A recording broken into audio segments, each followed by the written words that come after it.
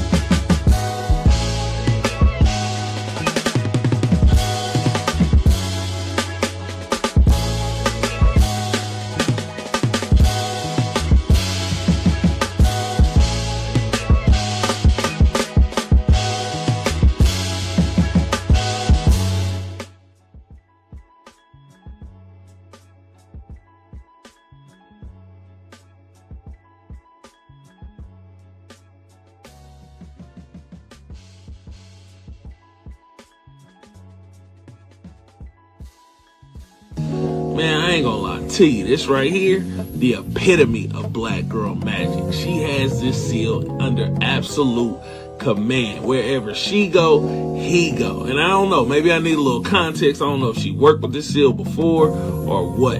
But she got this mug doing tricks. She got doing little twirls or spin. I don't know what you want to call it. You know what I'm saying? But it's crazy just how she has absolute control over this mug. And now she's starting to build a little bit of a crowd.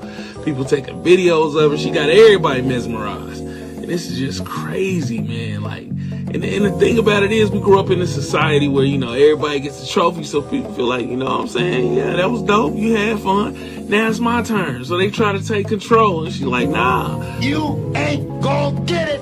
Cause you ain't got it. But man, look at this, man. This is so crazy. And this is really crazy. So she doing a little twirls and then she get a little creative with it. Now this mug did like a little flip or somersault or something. I don't know, man. Like she absolutely got this mug on lock. Young lady, you got the juice and you dipped in sauce. And don't forget about the oil. Now cue the music. Another satisfying range.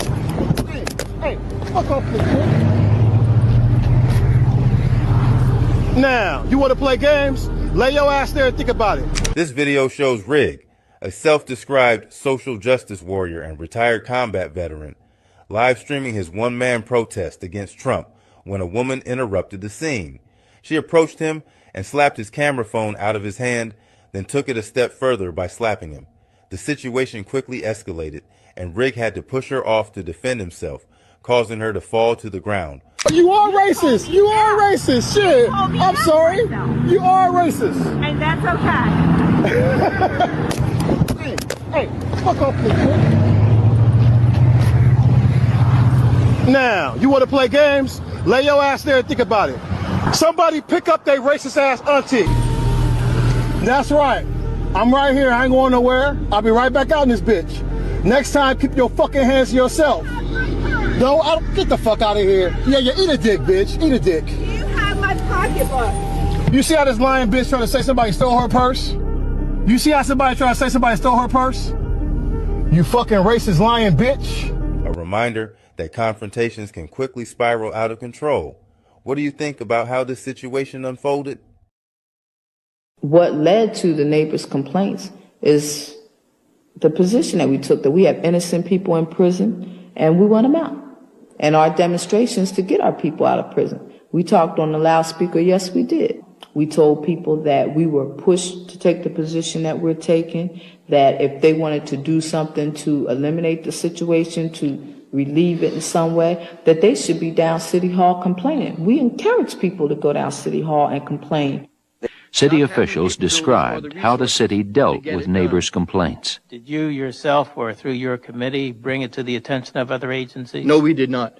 Did you call anybody up and say, look, we got a bad problem out on Osage Avenue? No, I did not. And someone had better do something about it? No, I did not. Mayor Good was forced to take action. Like Mayor Rizzo before him, he turned the matter over to the police. By early Monday morning, May 13th, there were 500 policemen surrounding the house. The police fired at least 10,000 rounds, not over, but into the house. With Move holding fast, the police discussed alternatives, but did not consult any of the city's trained crisis negotiators. At 5:27 p.m., without warning Move, a bomb containing powerful military explosives was dropped. There was still no sign that Move would leave the house. The police and fire commissioners now agreed to use the fire as a tactical weapon. A total of 61 homes burned down before the fire was declared under control at 1:45 midnight. According to the mayor, his order to extinguish the fire was given at around 6 o'clock, at a time when the fire was still easily controllable. But according to fire department logs and TV videotapes, water was not turned onto the Move house until 6:30. That places the mayor's order a critical half-hour later than he claims. By then, the fire was raging out of control. Had the mayor's order been given and followed at 6, 11 lives and 61 homes might have been saved.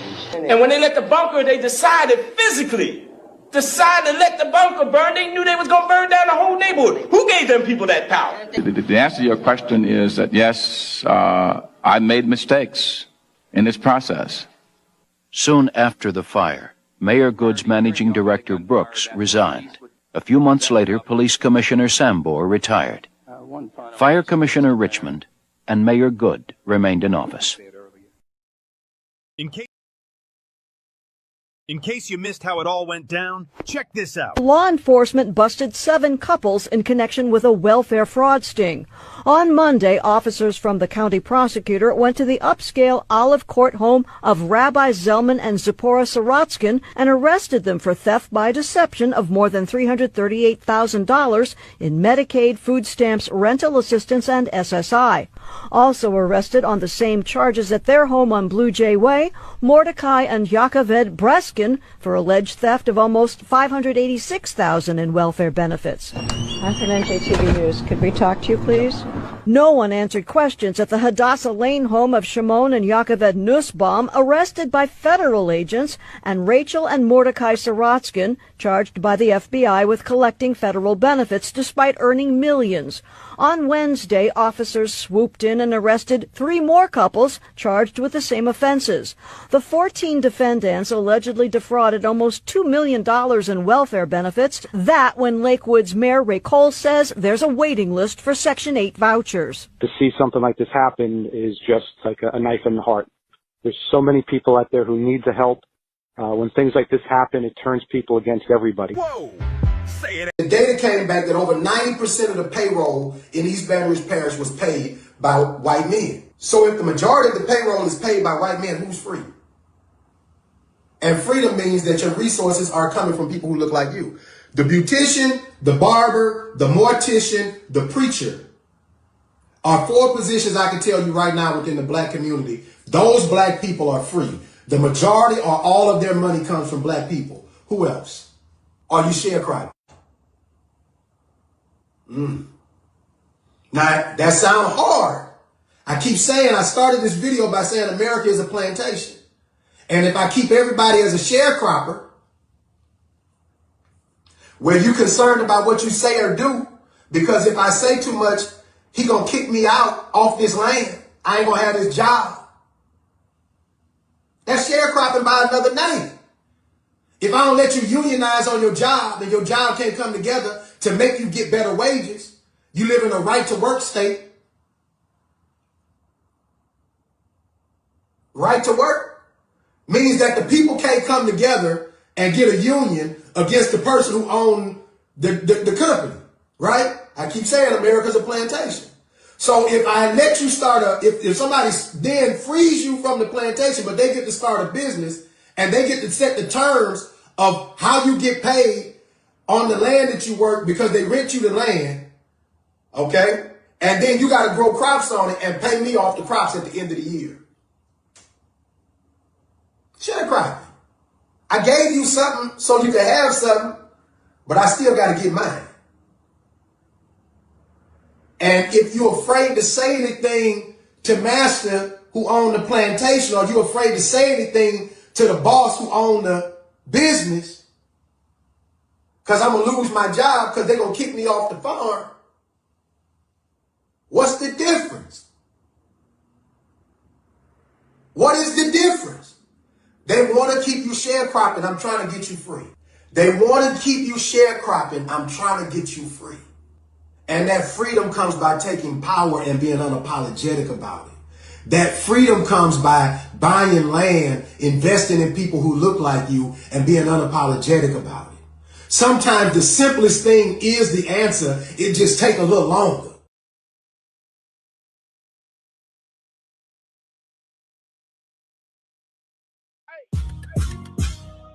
Alexandria, Louisiana. Stand up! Yeah. Yeah. Hey, hey, hey. Stand up, stand up. Put your hands up. Whole city time, man, they can't stand up. Crime going up, water look brown. Bills too high, got the whole town down. Stand up, stand up. Put your hands up. If you love your city, better man up. For the key, for the elders too. If nobody else care, then it's up to you. Taxation without representation. Trying to say the city before we say the nation. Every month another bill, another situation. People barely living, tired of frustration. Lights high, water high, rent high too. Whole hood stressed. What we supposed to do? Mama crying, daddy working overtime. Still can't win, man, this world out of line. But we ain't backing down. Tell the whole town gather around. If you hear me, say it loud. Stand up, stand up. Put your hands up. Whole city time and they can't stand up. Crime going up, water look brown. Bills too high, got the whole town down. Stand up, stand up. Put your hands up. What's up, y'all? We back at the Secretary of State's office. We back at it. What that thing say?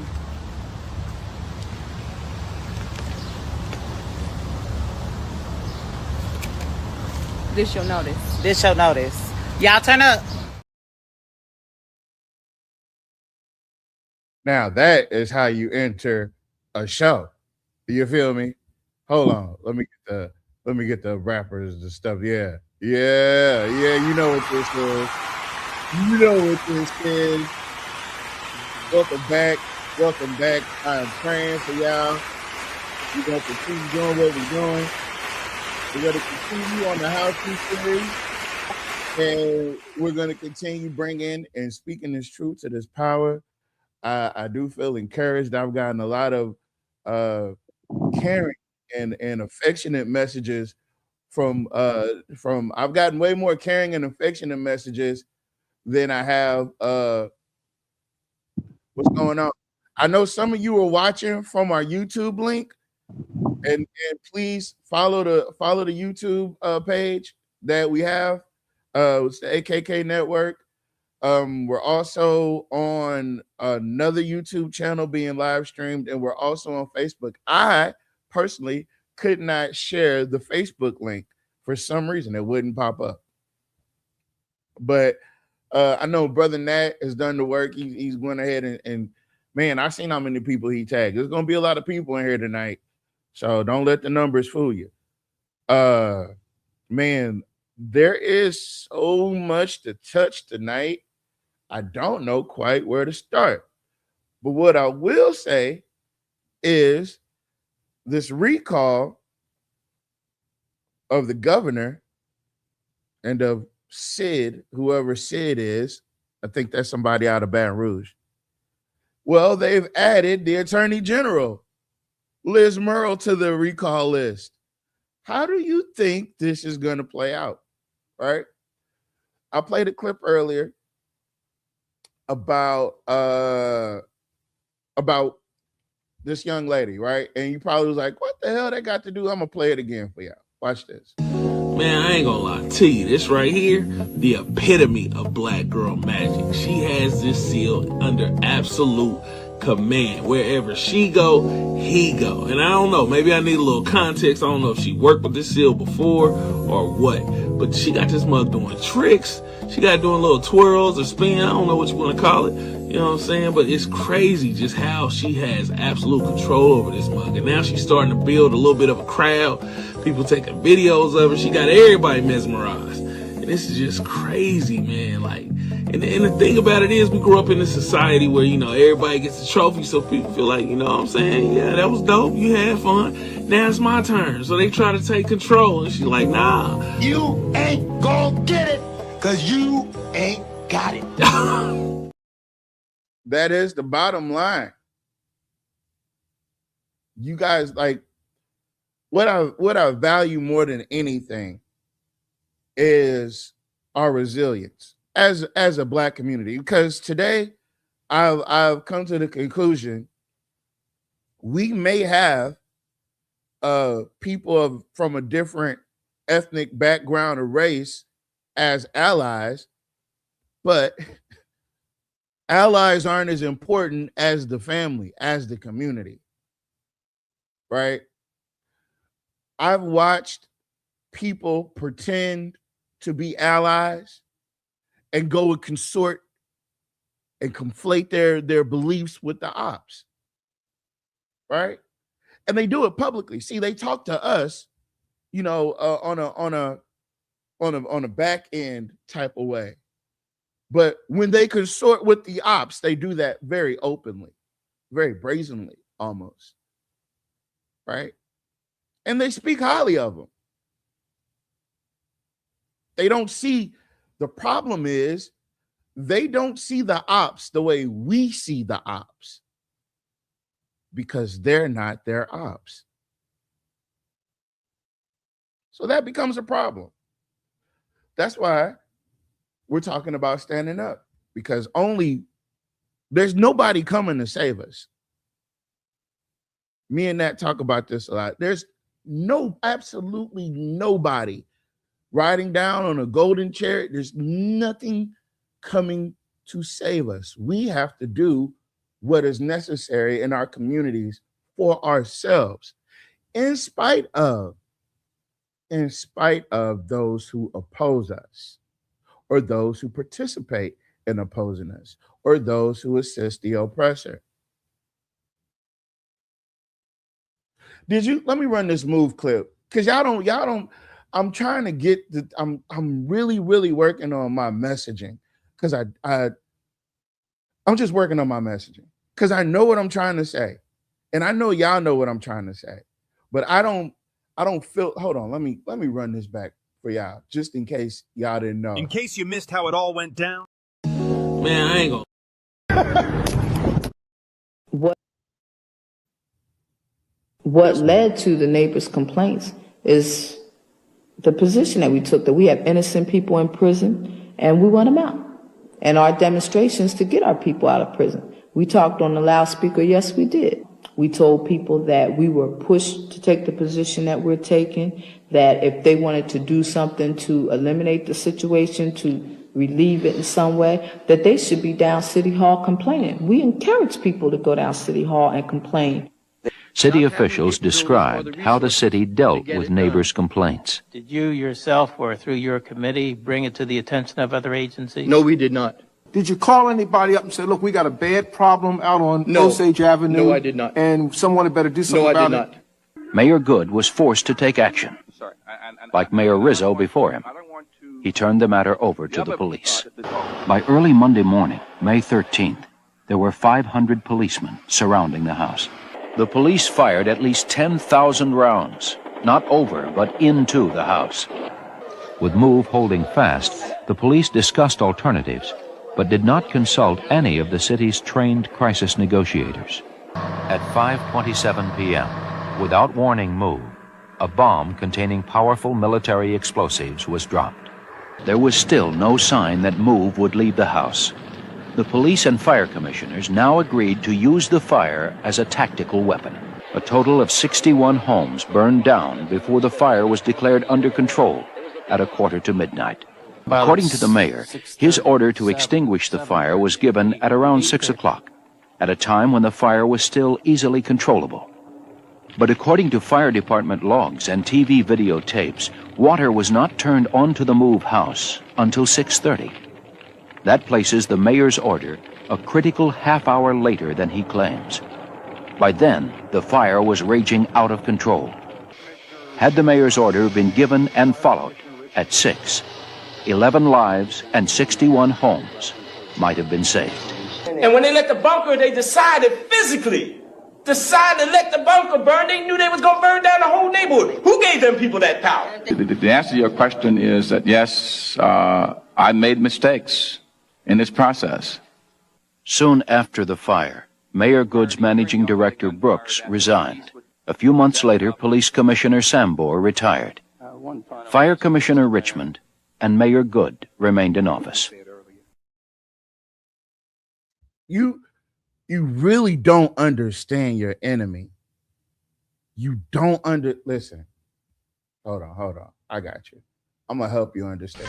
They'll get a person who's willing to sell everybody out, who's black. And they were like, okay, we see this Negro. He's going to be useful. Let's get him, and we'll get him to run around talking about black on black crime and black folks don't need reparations. We'll get him to be our mouthpiece. And after the damage is done, we're going to destroy his career. Because they understand a tool like that can't be trusted. If he'll sell his own people out, why would I bring him in my house? Think about that. Think about that the next time there's a set of black lips speaking on behalf of your oppressor, right? And I'm not giving the oppressor the title of the oppressor. They are literally oppressing you. They are depriving you of your human rights. It's just a label. The oppressor it's interchangeable. That's the beautiful thing about oppression. It's a lot that can be said, like regarding what you're saying, but I'm trying to keep my frustrations down because I know that this kind of work comes with its ups and downs, but I think the most discouraging thing is to see black people not be black people. And I'm just saying like that, like they're not fighting, they're not voting, they're laying down, they're sitting down, and they're being laid up on. Like it's not enough good, clean, integrity, I know that's not the right way to say it, but black people here in Alexandria that doesn't have a relationship with the mayor or any type of political ties. We don't have anybody like that. I completely agree. I mean, and yeah. There's a few untainted souls. Oh yeah, that's the word. It's a few untainted. Yeah, it's a few untainted souls. There's literally, you can count them on your hand. But when I think about it, I'm literally thinking about the people that's on the council right now, because believe it or not, everything that's going on, the only thing we can do is vote them out. And I'm just thinking in my head, like, who can replace Gary Johnson? Who can replace Cynthia Perry? Because we need those votes. Mr. Malcolm, Mr. Jules, we got them. They've done a great job so far, as things Standing that up. they passed, things Yeah. exactly, things that they brought to the agenda. I'm cool on them. Cynthia Perry and Gary Johnson, we need those votes. Like that's for because we know how things have been going. With the mayor, we can't get nothing done. And seeing this whole reignite thing is burning flames through me because it's just all the projects that we need done in the city. And we got people on the council. We give them the information and they still go the other way. So it don't make sense to me. I wish they just didn't exist. That's how I feel right now. Well, you know, the reason that I showed that little girl and that seal is because once again, Black women are set to make history in defense of not just the Black community, but of all these people, even the motherfuckers that don't deserve it.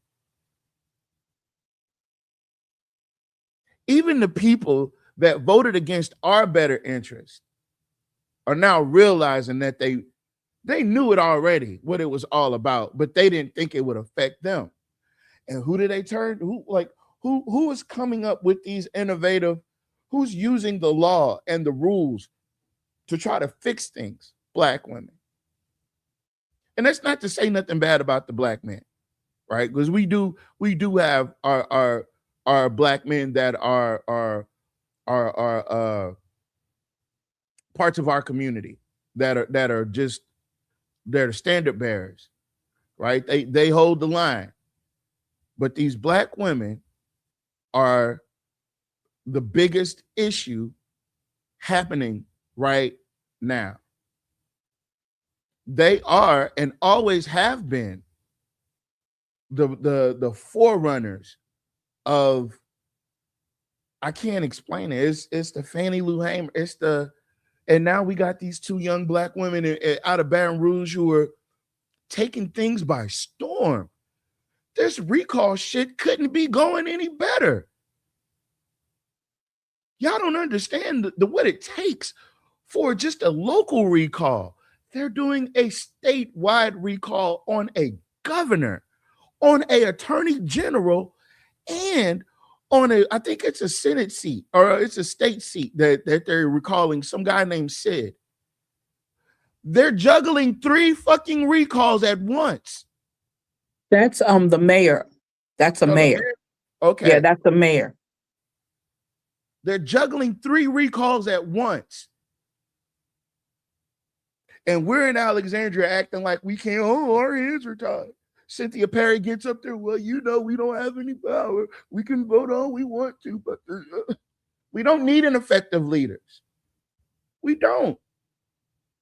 We don't need people that's not going to scratch beneath the surface. There shouldn't be a need for this show.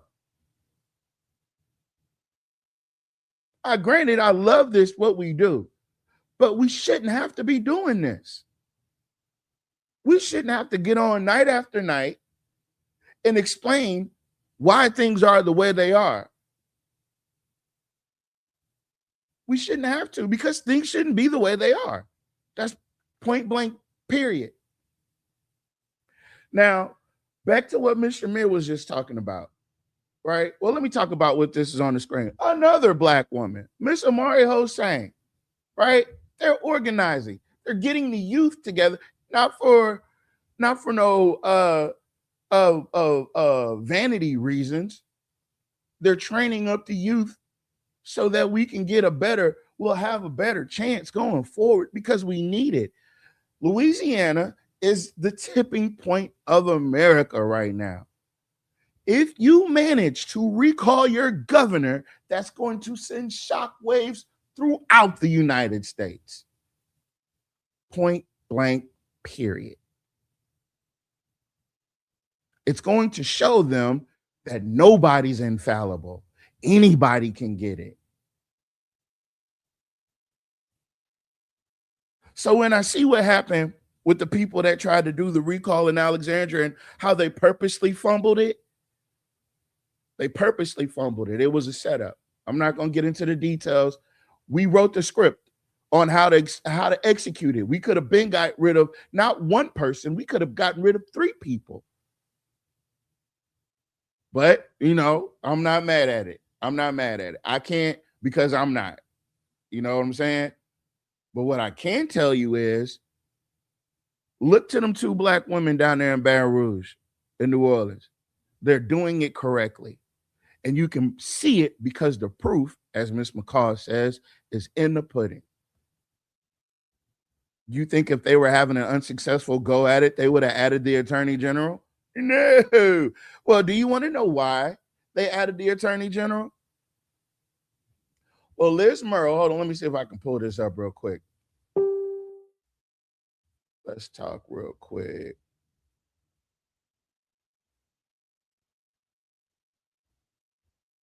All right, here we go.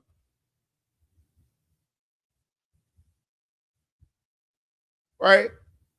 The council votes to appoint an interim court clerk, and they're calling for a special election. This is for the seat that they just tried to take away from Mr. Duncan, I believe. Because that seat is constitutionally protected, no body of the state legislature, listen, that's why we need to get into these books. The clerk of court offices in New Orleans were not created by political convenience. They were established through the Louisiana Constitution and laws enacted by the legislature with authority ultimately derived from the will of the people. The offices of the clerk of civil district court and the clerk of criminal district court are constitutional and statutory positions tied directly to the structure and operation of our judicial system. Neither the New Orleans City Council nor the state legislature alone has the authority to arbitrarily dismantle or eliminate these offices without respecting the constitutional process and the voice of the voters. The people of New Orleans voted for the creation and the continuation of these separate court systems and elected the officials who serve within them. At no point did the citizens vote to consolidate or abolish the independent clerk of court office, that the offices that have historically served civil and criminal courts. In a democracy governed by constitutional law, the power belongs to the people, not political agendas, backroom deals, or temporary majorities seeking to restructure institutions without public consent. If there is to be any legitimate consolidation, restructuring, or dismantling of the New Orleans clerk of court systems, the decision must come directly from the voters through the proper constitutional and legal process. The constitutional rights of the people cannot be overridden by the political maneuvering. The rule of law demands transparency, due process, and respect to the democratic authority of the citizens of New Orleans. Stand up. Y'all did that. I'm not going to lie. They cooking. They're cooking. You can't take that from them. You can't take it from them. Black women. You know what this means? Everything they just tried to do to Mr. Duncan was unconstitutional. It violated the Constitution. So, what did the council do? They voted to appoint an interim clerk, a court of clerk, right? What did Liz Murrow do? Well, the Attorney General, Liz Murrow, demanded that they rescind that action. She demanded that they rescind it. Let me see if I can find that one. Murrow went after the mayor of New Orleans, Marino, or Baton Rouge. I can't remember which one it is, but she went after her. And Marino said, okay, I'm waiting. We're playing ball, y'all. And these are two women. They get a little power and don't know. Like, that's my problem with positions. And that's like with any job. Like, you can work at a job, let's say Walmart, right? You got managers and they'll take their power and overuse it, right? It's just something about power with them. I just don't understand. And with Black people is when we have power, we don't put our people on. And that's ever. Or we feel like they owe us something or we owe them something, right? We can't just put our people on and just be successful. Like, that's another problem. We have so many problems in the Black community right now. It don't make no sense. But you know what? Our problem is we get scared because we're trying to be approximate to them. So we don't sit back and watch them put their people on. Sometimes they do it right in our face. Right. When we get in that position, we okay, we're not going, no, I ain't putting that person on. But then when you put somebody on, don't put a person ain't got their stuff together. Thank you. First and foremost, put They a just in there. qualified person. Yeah. Yeah, you put somebody that you have friends that are qualified to do the jobs and know the information. You don't just put on anybody because it's Joe Schmo off the streets, because that's what, some of them do it. Some of them put them on that ain't got no kind of qualifications. But if you're going to put your friend on, or you make sure they got all the qualifications and they doing it in the right way, because that's what they looking for. They looking for you to have some raggedy paggedy buddy from the streets to come in and not know what they're doing. Because we don't. You're right. You're so correct, Shamir. We do not look out for our own. When we get in office, the first thing we want to do is we make sure they got what they want. And they sit back when they get in office. I guaranteed you. Look what Jock did to show you just what we're talking about. And he been on it for how long? 16 years. 16 years. We wanted to be 20. We're not going to make that happen. When they replaced everybody, when Jeff Hall was in, and they replaced everybody that belonged to him, to Jock Roy, the CPA firm and everything. When Jock Roy got back in office, the first thing he did, he bought that CPA company right back on. He bought back Trey Gifts right back on. Everybody that they had let go or put them in the background, he brought them right back. Marcotte, he let Marcotte come back or stay. All his people came right back. Crutchfield till Crutchfield left. All his people came back. We don't do that. We fire people. They never left. Look what happened to Von Jennings. Think about that. That was all unnecessary. So this is why it's important that we understand now. We ain't got nobody. Ain't nobody out there fighting for us. They never have. They pretended they did, but they never have. We always been on this plantation alone. We always been in this fight alone. And stop bringing people along with us that do not want to be part of it. I'm sorry. I yield back. The reason why they want you to hate Black women so much is because Black women aren't scared of white men. That's it. Because what could they do to us that they haven't already done? Why would we be scared of somebody named Chad? The fuck? The reason why they want you to hate Black women so much is because Black women aren't scared of white men. You know? We're not scared of anything, though. That's what's crazy. We're not scared of white women We're not scared of anything. That's why Black men murder Black women. You know, like, we're not scared of them either. So we're not scared of no male. And that's what's crazy. It's like they still can't put any fear in us. They still can't put no fear in us. Mm-hmm. After all this time. So I think the message that I did want to share. Hold on. The message that I did want to share is one of encouragement. We're gonna get to the work. I just wanted to lay down this groundwork so that you guys can completely see the bigger picture of what I'm getting at. And how much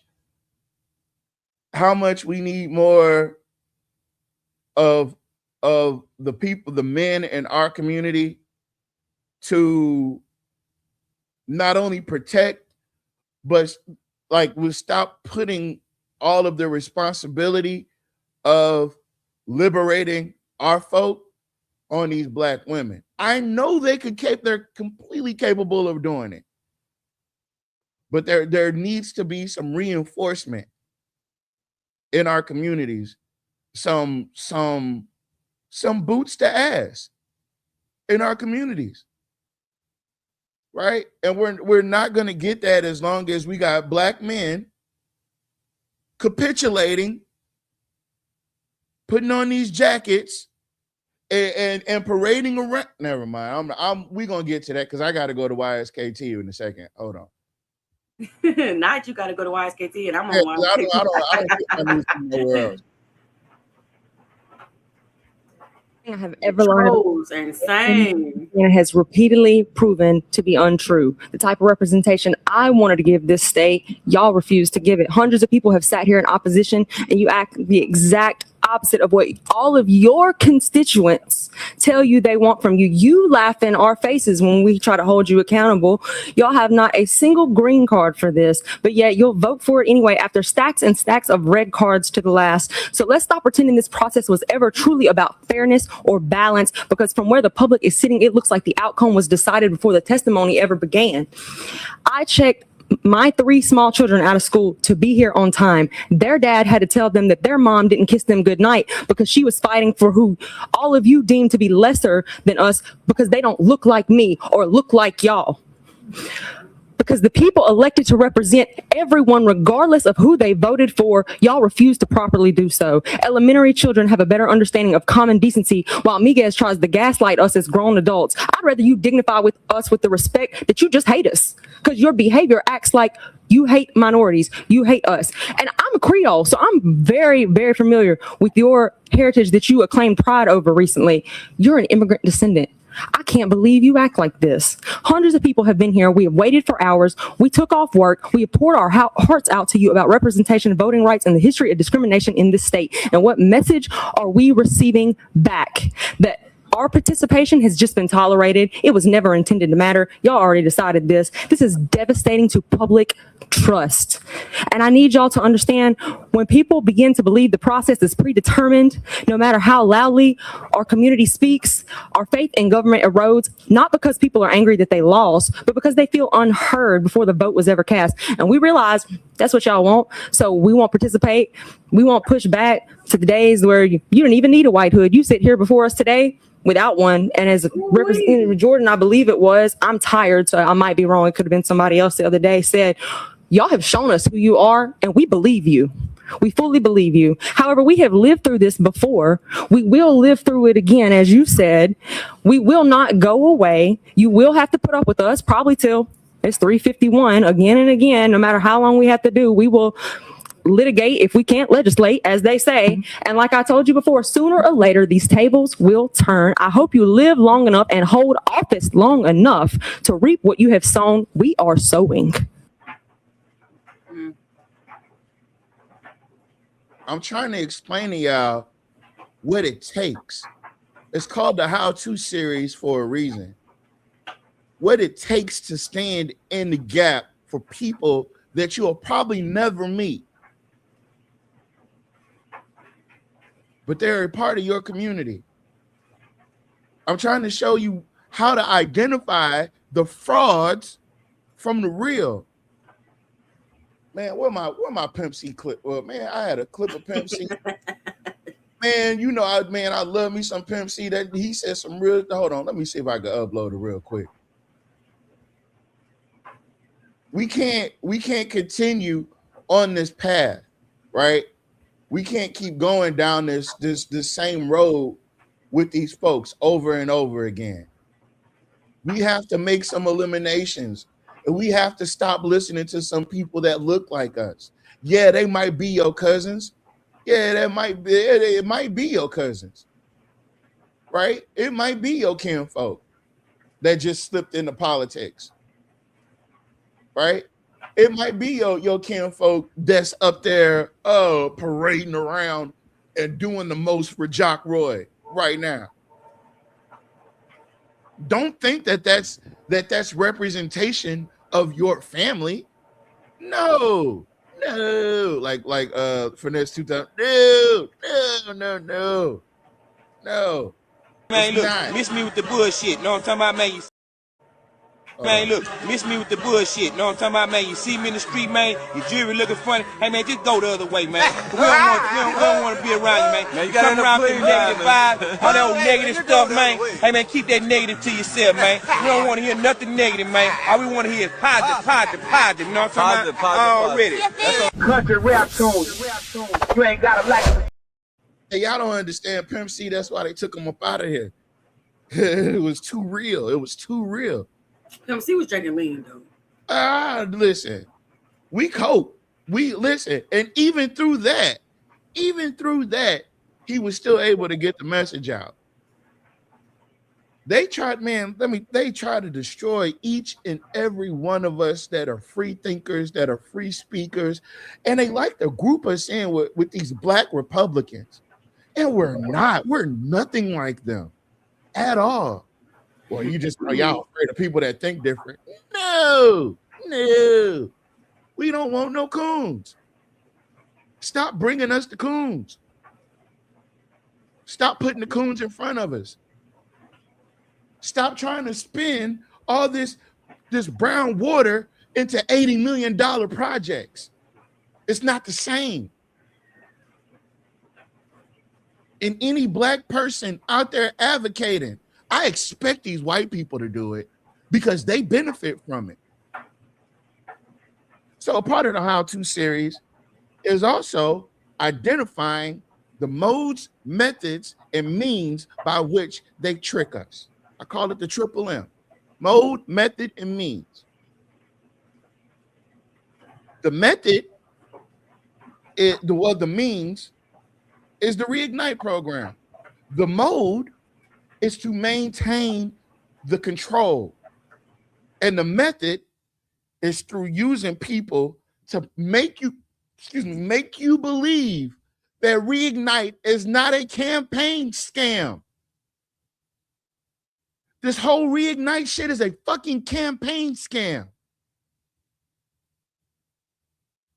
You think that anybody is going to approach Jock Roy and ask him about the brown water at a Reignite fundraiser or it's not, they don't even have a fundraiser. You know why? Because you're paying for it. You're paying for it. They don't need a fundraiser. And when he gets these actually, I'm sorry, just 1 second. We have to correct that. I don't think it's coming from the taxpayers. I think he kind of mentioned that he said it's not the taxpayers' money. He said that. So I don't know. So why is he? Oh, so it's Gator's money? No, it's not Gator's money. You remember he said he named different entities that were going to be involved in this. I don't believe it because I just simply don't believe it. I don't believe it. He does this every time. Restore was not our money, but it was our money. What else? Oh shit, I hate Facebook. What else wasn't our money but was our money? A lot of this stuff is our money but not our money. I don't understand how else is he going to fund it? Who else is going to pay for it? Well, because they have different people that like you have state money, you have federal money, you have different businesses that are going to be the ones who's coming in. They'll be funding it too. He said something about Baton Rouge or in Shreveport or something. He said different places or entities of businesses that were supposed to be coming in and doing that. But like I said, you have to go back and listen to it. If you listen to his interview that he did, you'll hear what he said when he was at the mall. You know what? I'm gonna do you one better. I'm gonna pull it up, and that way we could get some clarification. Exactly. That's what you have to do.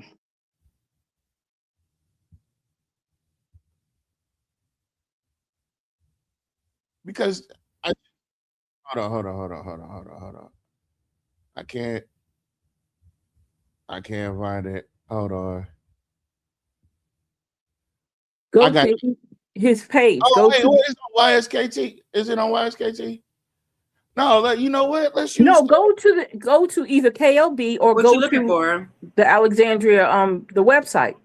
Their Facebook page. Hold on. I'm looking for that interview.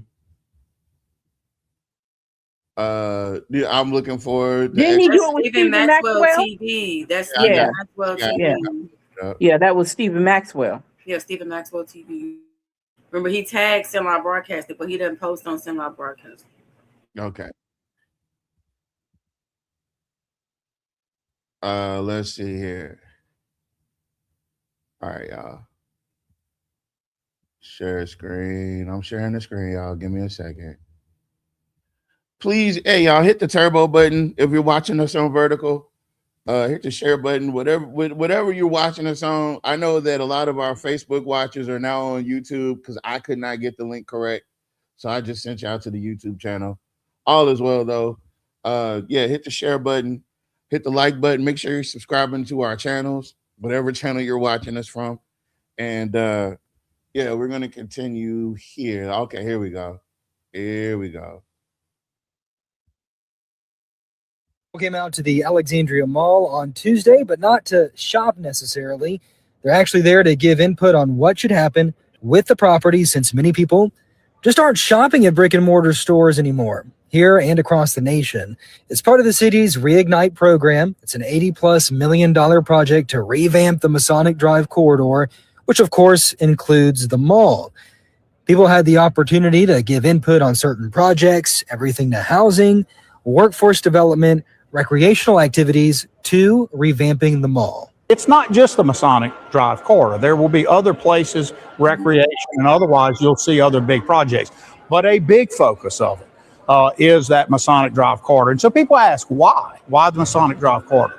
Well, the main thing is there's so much public infrastructure already in place there that allows us to partner. Because remember, no public money goes into the mall. That's not the point of this. And people may have a sense of that, and I want to make sure people understand it. The mall is a private sector. See, it's just the money's not going into the mall. Your tax dollars are funding Reignite. Your tax dollars are going into Reignite. Your money. Phenomenon here in town that has had great days in our past and is really just part of a change that's happening nationally. So the idea here is to turn the mall as part of the Reignite program into an experience-driven place. So recreation, quality of life, lots of different things that would not be the traditional retail you would see in a mid-sized city mall. Then what we want to know is, what would you want to see? So what would bring you here for experience-driven activity? You know, the most fascinating thing about all of this is the convenience of the timing.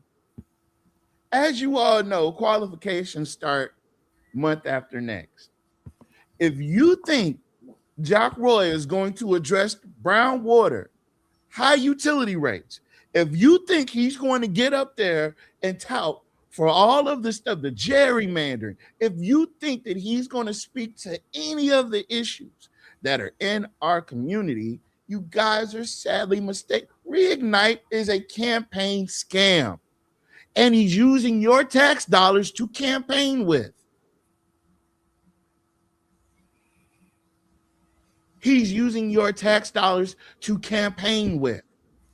His campaign schedule and this Reignite bullshit are not two separate entities. They're not. Welcome, Mr. Porter, onto the panel. I appreciate you for coming by, Mr. Porter. I know I curse a lot. Hi, Mr. Porter. I'm going to refrain from it, but let me get your hand clap in there.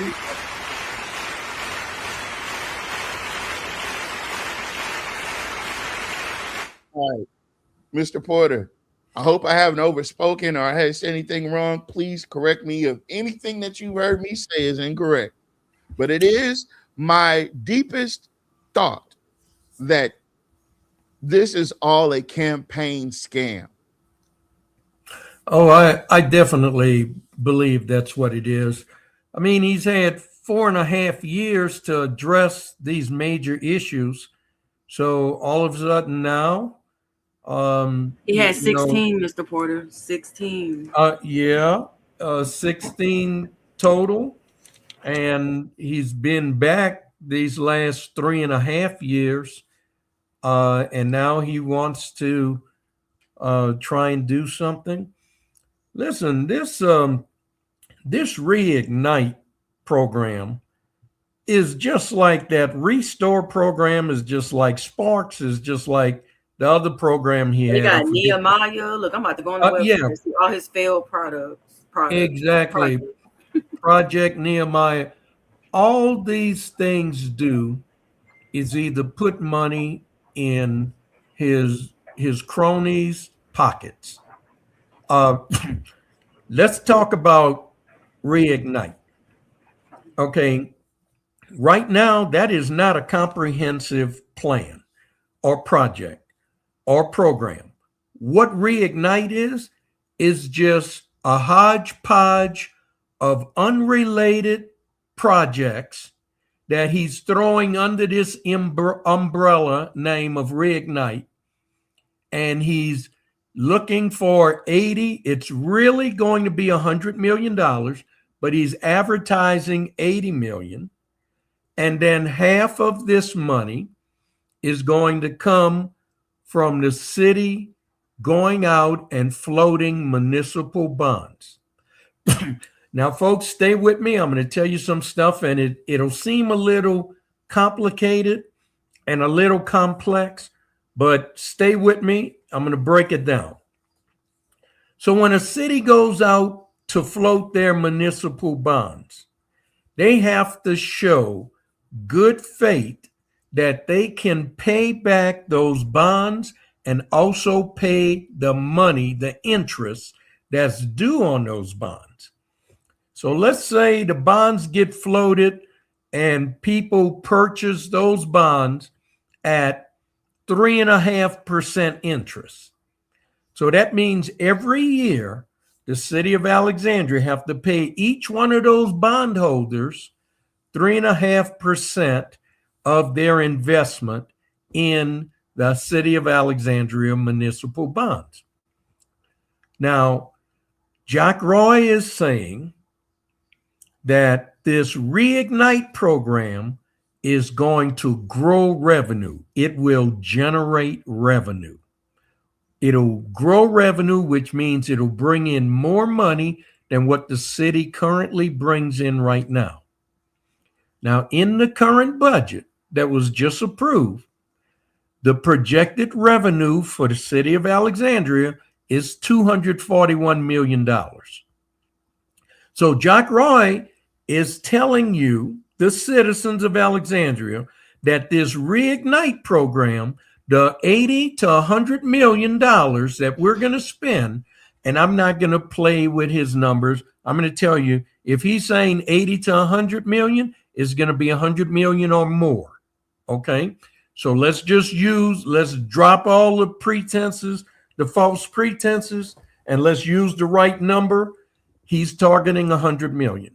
So what are we going to get for that 100 million? How much revenue, additional revenue, will be generated from this $100 million expenditure? Now, when you look in the budget, like Shamir did on her website, and everywhere that Reignite is next to a project, that's all part of this 100 million. And when you look at those different projects, they're not related. All of them are unrelated. So we have a grab bag of projects he's thrown into this bag, and he wrote on the outside of the bag or put a tag on it, Reignite. None of that's connected. None of that is a cohesive project. And none of that will generate revenue. The pickleball court is not going to generate revenue. It's going to fall into the same category as Johnny Downs, as the golf course, and as the zoo. It will not generate revenue. It'll only cost us more money. So where is this new revenue going to come from? Where is this growth going to come from? Now, here's the problem. These projects, they have no revenue growth. If you look at all these unrelated, hodgepodge, disconnected projects they threw in this grab bag under the label of Reignite for $100 million, none of it generates revenue. So if the mayor goes out and float $40 million worth of municipal bonds, and if it's at 3.5% interest, and we have to pay the interest on those $40 million bonds every year, the city will be required to maintain 18 months of interest payments in the event that there's some problem. They want to make sure at least you have in a fund somewhere 18 months of interest payments to satisfy these bondholders. So that's the amount of money going to have to be set aside every year. We're going to have to make sure we got that amount of money. Now, there's no revenue growth from what they're proposing. It's only going to cost Alexandria more money.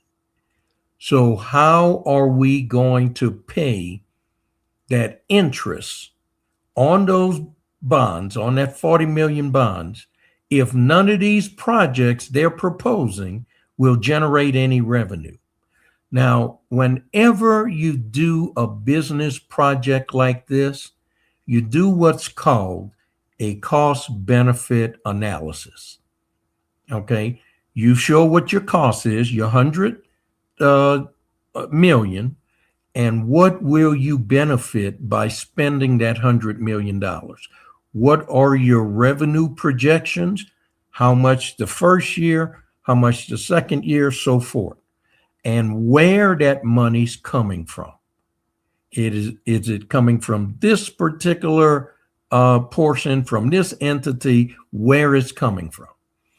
Okay, $40 million in bonds. I'm just using 3.5% interest. That's what the federal Treasury note interest is right now.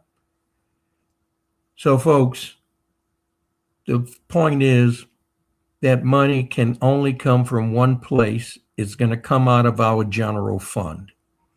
And when it comes out of our general fund, that means is that much less money that we have to spend on the regular things that we need to spend it on the normal things, on our everyday things. We're going to reduce that by that much. And the reason we're going to reduce it by that much, because if we allow this mayor to go out and sink us into debt for another 30 years for $40 million, we have to pay that every year, that interest. And at the end of those 40 years, we got to give the folks their money back, the amount of money they invested in the bonds. Now, the problem with that is he's selling us, he's hoodwinking us. Okay, he's pulling the wool over our eyes. We're being bamboozled, folks. There is no revenue coming from any of these things he's proposing, none of them. And this thing about the Children's Museum, I want you to go and look at the other children's museums and see how they are funded. They have major corporate sponsorships, and they have all kind of philanthropic grants from these organizations that give them money to keep those museums open. They have money that give children who fall below the poverty line memberships. They pay for their memberships so that they could go to the zoo. That's how these zoos, museums. That's how these museums survive. You don't have that in Alexandria. You're not going to get that in Alexandria. You know, pure and simple. Our zoo loses money. Our golf course loses money. Johnny Downs, the sports complex, loses money. Our ATRAN system loses money. Now, we need ATRAN because we have such a large indigent population. We got almost 15% of our city population that is below the poverty line. So where is this disposable income going to come from? Is it going to actually come from the richer areas outside of Alexandria where they'll come in and do this? No, it's not. Because they're so much smaller than us. They're richer than us, but they're so much smaller. So that's not going to happen. What we're going to see if this Reignite Reignite go through, it's another scam like Restore. They sold Restore to the people that it was a grant, and it turned out to be a loan because they clawed the money back 6 months later out of your utility bill. And Spark, can you anybody tell us what Spark actually did? Now the mayor's throwing stuff out that Spark generated a lot of revenue. Where? Spark didn't do a thing. You know, we spent a lot of money. We didn't get nothing for it. Got a few benches along 3rd Street. They planted some trees that eventually died. You know. But wait, Mr. Porter. Now, you know, we like facts. Don't forget, at the intersection of Jackson Street and MacArthur, we have those beautiful disco lights underneath the overpass. If you're not entertained with that, it's 80,000. How much was it? Now the dog park was $180,000. I forget how much the lights under the that overpass on Jackson Street was. I forget how much that was, and the sidewalks that they put there. Listen. We can't say what we're saying and lie to you. We can't do that. And it's not even about good faith. It's just in general. We can't say that they're lying to you and then us, being who we are, come out and lie to you even more about them lying. Like it's not. It's so. I couldn't even Google and find nothing on Spark, Mr. Porter. You'd have to go in the annals of history to find out what happened at Spark. The annals or the annals? No, come on. I want to give a shout out to the Plug Podcast because you're doing work I would never do. Who? Oh, we can't hear you. Oh, I can't hear you. You're not by yourself. We can't hear it either. We can't hear you. Oh, you know what it was? Let me tell you something. Take this shit down real quick. I activated it without the sound. My bad. Funny. Hey, listen, it's a user error. Just chill out, relax. Spark is SPARC. It's not going to be Spark. Okay, got you. Yeah. Got you. I think they spent about 90,000, Mr. Porter, on Spark. I think it was between on them lights. No. I'm talking about the whole thing. I'm talking about the whole thing. No, because the dog park was 180,000 by itself. Okay. What did I say? You said 90,000. No. I meant to say 90 million. I'm sorry. Oh, okay. I think it was about 90 million they spent on Spark. So it says right here, the city will invest 7 million to 10 million in Spark 2.0 projects to leverage several times that in federal money. Total funding for the project is expected to be 30 million to 40 million. That was Spark 2.0 Okay. though. I just put up an old article. That's 2.0. The first Yeah. one was about that much. So I'm So- just trying to So look, right there, they're talking about 40 million. Now look at the things that we recognize was associated with Spark: the dog park, the lights under Jackson Street, and what was the other thing y'all mentioned? The dog park, the lights, and the benches. signage. They put lights. They and The the benches. benches. Said it. The The benches. benches. The benches, And the the benches. plants. Oh Lord, that was me mentioned that. The Mhm. benches along 3rd Street, the benches and trees.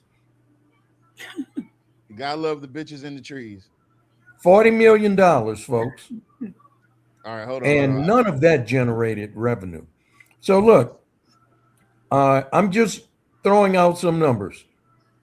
If the mayor under this Reignite program goes out and float City of Alexandria municipal bonds on the bond market for $40 million worth of bonds, and if it gets purchased at 3.5% interest, and the city is required to maintain 18 months of interest in a fund so that they can be able to pay these bondholders their interest. We're talking about $2.1 million that they must set aside. Now, if this Reignite, this hodgepodge collection of unrelated projects fall under this umbrella called Ignite for $100 million, that will not generate any money. They have yet to even give the city council, the same people that vote to approve this, they don't have a cost benefit analysis. All they got is a concept of a plan that the mayor threw up there. And I can tell you right now, a small city like Alexandria cannot support a children's museum. And we don't have enough people from around the surrounding area to come and become members and make that a successful venture. Same thing with the zoo. Just look at the zoo, look at a proposed children's museum. We Mr. don't Ford. have the major corporations that will fund and support a children's museum. So none of this is going to generate revenue. And then if the city have to provide all kinds of incentives to get different companies to participate or to be part of this or whatever, again, that's taking money out of our general fund that's needed for daily routine operations to run the city. We're taking more and more money out of that. So you know what? The water lines, the main water lines that brings brown water to people's houses, that will never get replaced. The street lights that are 40 years old and just don't work anymore, they will never get replaced.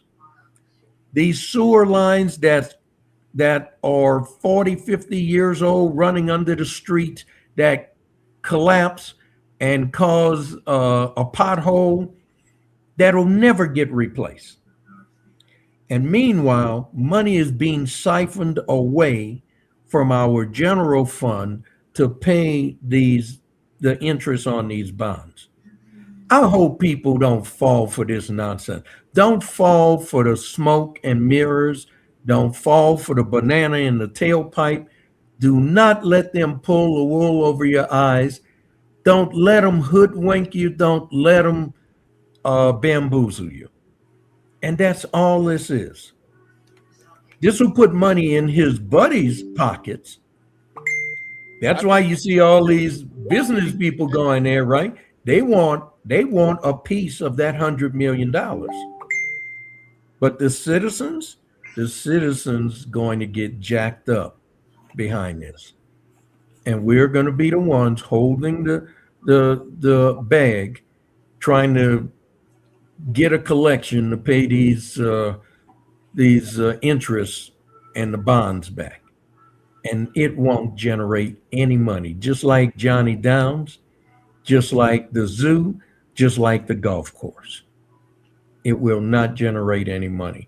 But what we need to do, we need to hold their feet to the fire and demand show us the money, show us the economic analysis, the cost benefit analysis. 100 million, what is it supposed to get us, and how are we going to pay these bonds? Where's that money going to come for these bonds? All right. So again, I want to do take two. The Plug Podcast. Thank you for doing the stuff that I would never do. Damn, and I messed it up again.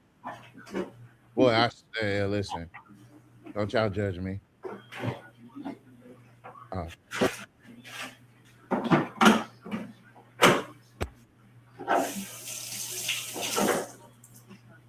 Who's Shamir over there knocking over dishes and stuff. Hold on, I gotta go out, then I gotta come back in.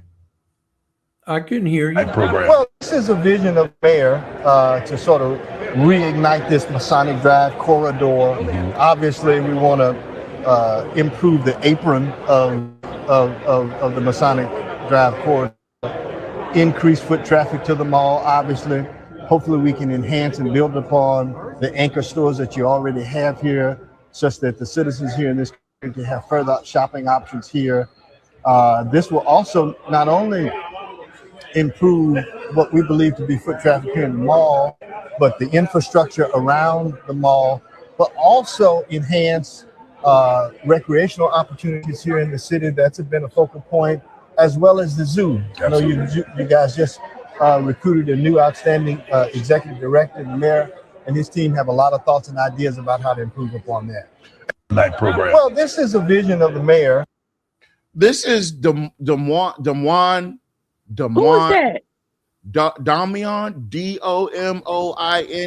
Rutledge. Dominion. You know what he said? He just said this is for the mayor. He literally just He did. He said He this literally is the just mayor's said it. ideal. He just said it. Improve the apron. He said the thing. Yeah, he said the thing. He said the thing. Okay. He said the thing. Yeah. So if he wanted, it's all right. As long as Roy wanted, it's all right. Reignite is one of the biggest. Oh, look at my comment. Reignite is one of the biggest economic development investments in Alexandria history. This is not only going to bring new investments, but it's going to enhance and grow the current investments, small businesses, industries that we have around the city. So I encourage every elected official to get behind it, every educational leader to get behind it, every voter, every taxpaying resident to get behind it, because this will drive a new Alexandria and to show the world that Alexandria is open for business. Open for business. Couldn't say it no better. It's about the $80 million Reignite program right here, Masonic Drive corridor. Wow. Y'all see me in the back at the table? Wow. They'll get a person who's willing to sell everybody out, who's black. And they were like, I'm just playing. That's not what I wanted to play. Yeah, it is. They'll get a person who's willing to sell everybody out, who's black. Wow. Sorry, guys. Back to the business at hand. So out of the last two interviews that we've heard, out of what Curtis just said, what do you guys know about Reignite?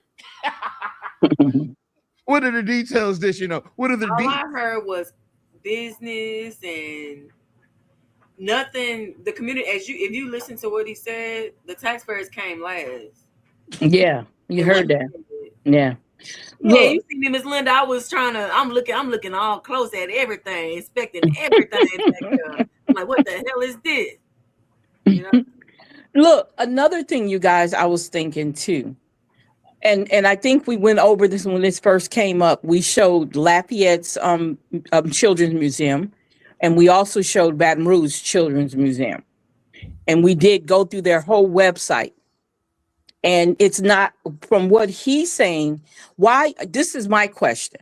Okay, so if I'm visiting, why would I come to Alexandria when I can go to Lafayette? Why would I come to Alexandria when it's better known in Baton Rouge? Baton Rouge Zoo is much better known, and so is their children's museum. I'm going to go where I know my kids will have fun. I know that there's great eating places. There's many choices of eating places. You'll have something to do after the zoo. You'll right? have something to do after the zoo. Exactly. Exactly. You ain't got nothing to do after you leave the zoo here. So why would I stop here and go to a children's museum or a children's zoo when I know there's larger zoos? Better, and better and upgraded, and know they got, you know, the animals, they have the museum, children's museum. I know that they have the different activities, because when we looked up the Lafayette Museum, it showed all the things that they did and what they do. And they do have sponsors. They're not paying for it out of their pockets. They actually have sponsors. And I want our stuff to succeed. I want our zoo to succeed because I love the zoo. I've been to the zoo. Any city I go to the zoo. Like Dallas, Houston, like it's worth it. Exactly. I can spend my money. I can walk around. I can eat. I'm tired. I ain't got to go nowhere after, you know. That. Yeah. But this little BS zoo out here, you got these old animals. You got, that's okay. We got to do, you know, we got to do a run.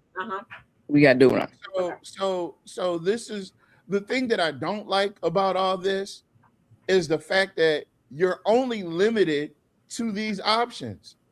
Yeah. Yeah, that's the options that they gave. Yeah, it was multiple boards. That is not. They only gave you. Not giving me an actual choice. Yeah. You're giving me the predetermined outcome. Exactly, because you already said what you wanted, and then why are you saying? See, this is what doesn't make any sense. You already said what you're bringing here. You already made your decision. So what do you need our approval for? Because you already said what you were going to do. Input for? Just so why do you need our input when you already know what you're about to do? People came out and the people spoke and the people this and that. Yeah, but that's not the truth. All the stuff though was already there. You provided. I mean, we just put in our opinion of what you brought. Exactly. So you already made up your mind. Our opinion. Yeah. All right, I got a question. I got a question for everybody. Miss Battle says, "What are the anchor stores that they're talking about?" I have no idea, but look, getting to what they Salida and Shamir said, they've already spent money under the Reignite program. That ship has already sailed. Now they're holding a meeting on the docks. The ship has sailed to get our input. Where do you think we ought to sail to? Yeah, exactly. The slab. He already laid the slab in certain areas. Yeah. You've already cast off. You're underway. And now you're gonna hold a meeting on the dock and the ship has already sailed. And you say, where do you think we should go? Where should that ship stop and travel to? What do you guys think? Look, it's you've like being already a restaurant and already having the menu, you know, and then asking people, what do you think about this meal before we start? You already have the menu made out. You're already cooking the meal. So and then on top of everything else, right? When the city employees that are getting paid overtime to be here at this event, when they take all this shit down, well, it's during the day. But yeah, you're right, because it didn't end till 7. So yeah, you're right. So when they take all this down with all the stickers on there, do you honestly think that they're not going to add stuff to it or add extra stickers or extra pins? Like there's this, I don't trust him. So I know he's always going to make it look like one thing when it's really another. This was the most inefficient. This was the most inefficient way to get public input on a project that you're already in the middle of doing. Furthermore, I charge that this was nothing but a publicity stunt sponsored by the Chamber of Commerce. No, this is a ploy. This is a re-election ploy. Yeah, that's all. By someone, I can't pronounce his name, but he said that you shouldn't be allowed to do these type of be approved to do these type of projects your last year in office, and that does make sense. You know, Right. It does. You're absolutely right. But look, here's the other thing. Look at each of those items that was on that board, that master board. Okay, hold on. Which one of those items will generate revenue? None. If you look at everyone, on that board, look, okay, so parking and access. Okay, you can charge for parking, right? You sure can, but it ain't busy enough out here to be doing this. I mean, All right, but yeah. look, if you charge for parking, that can generate revenue. Yeah. Now, picnic areas and shade attractions, structures. Are you going to charge people to use those? If you do, you can generate revenue. Okay, but of course, that's small amounts. Now, what about these other things? The children's play area? So are you going to charge for kids to go into there? That'll generate revenue. What about But how much? Outdoor fitness and exercise area? Okay. Are they charging for the pickleball court for people to play on the pickleball court? I think he was planning. I think he did say something about that. I'm not for sure. Okay. Trail and pant connections. So how is that going to generate revenue? Well, it depends on whether you're the citizens or whether you're Pan American Engineering. Because I thought we already beautified certain stuff. Like, why we still beautifying? Yeah, but I'm serious. Are you going to charge for people to go on the trail and on the pant? How, are you? I mean, these things aren't That's even like the Kasachi. You know, you can't. People don't charge for Kasachi. You know. Right. Okay. Now, landscaping. Will that generate revenue? No. It will for Yankee Clippers. Yeah. No, but for Yankee Clippers not Yep. paying that $100 million, we are. No, it'll make Okay. revenue for them. He's saying like a Yeah, it'll contract. make revenue for Yankee Clippers. Yep, a big Revenue if they're putting. Yeah, okay. A big. The next Yeah, one is no, this- but Oh, go ahead. revenue for the city. The city is the one paying the $100 million. no, sir. How are we going to grow revenue? That's a no-win. No. Yeah. Now, all these expenditures, these contractors, these businesses, his cronies, Yeah. the contributors to his campaign fund, they will make money. What about the citizens who are paying this $100 million? How is money Nobody wanna coming answer back? that. Now, we already established that none of our sports complexes make money. Masonic Drive, Highway 28 West, none of them generate any revenue for the city. That is It's a gonna loss kill in you. that law. They still voting for it. So keep going to where this gonna kill No, you. it says existing ball field enhancements. Oh yeah, and this is just the beginning. I made it at 3, so this thing was full. That section was full. I thought I took another picture. This is the water features at the parks. Is the water going to be brown? You know they're not going to let those kids run around in brown water. That's only for us. Wayfinding and placemaking elements, so signage, basically. He already Okay. did. Well, and then I already did that before because the signage that's around the city park, and y'all see that burgundy and black sign, like that's new. He just did that not that long ago. So you gonna replace that again? No, I bet that was money out of that Reignite bag. But the thing is, how does that generate revenue? Remember, the whole thing about Reignite, it will generate revenue, right? Not for us And- though. That's the part. It's gonna generate revenue for the business owners in the communities, not us. It's not going to generate revenue at all. That's my point. We're down at the bottom now. All right. So lighting and safety improvements. Okay, does that generate revenue? That'll No. cost And Other when I sports. say generate revenue for the city of Alexandria. I'm not talking about for the businesses, for the city of Alexandria. Okay, other sports fields. Other sports fields. Now, what the hell we need that for? And we got all these fields around here. That loses money. Okay, all these other fields and complexes that loses money. Wait a minute. We got one. We got a potential event lawns and plaza. What? So you got to zoom in if you can. Oh, yeah, I'm zoomed all the way. Oh, plaza spaces. Event lawns and plaza spaces. Okay, now that can generate revenue by what? Doing what? Putting the feds on it. Oh, wait, the feds cost money too.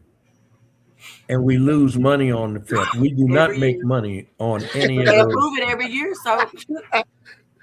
Come on, Mr. Forty. Did you just single-handedly debunk Reignite?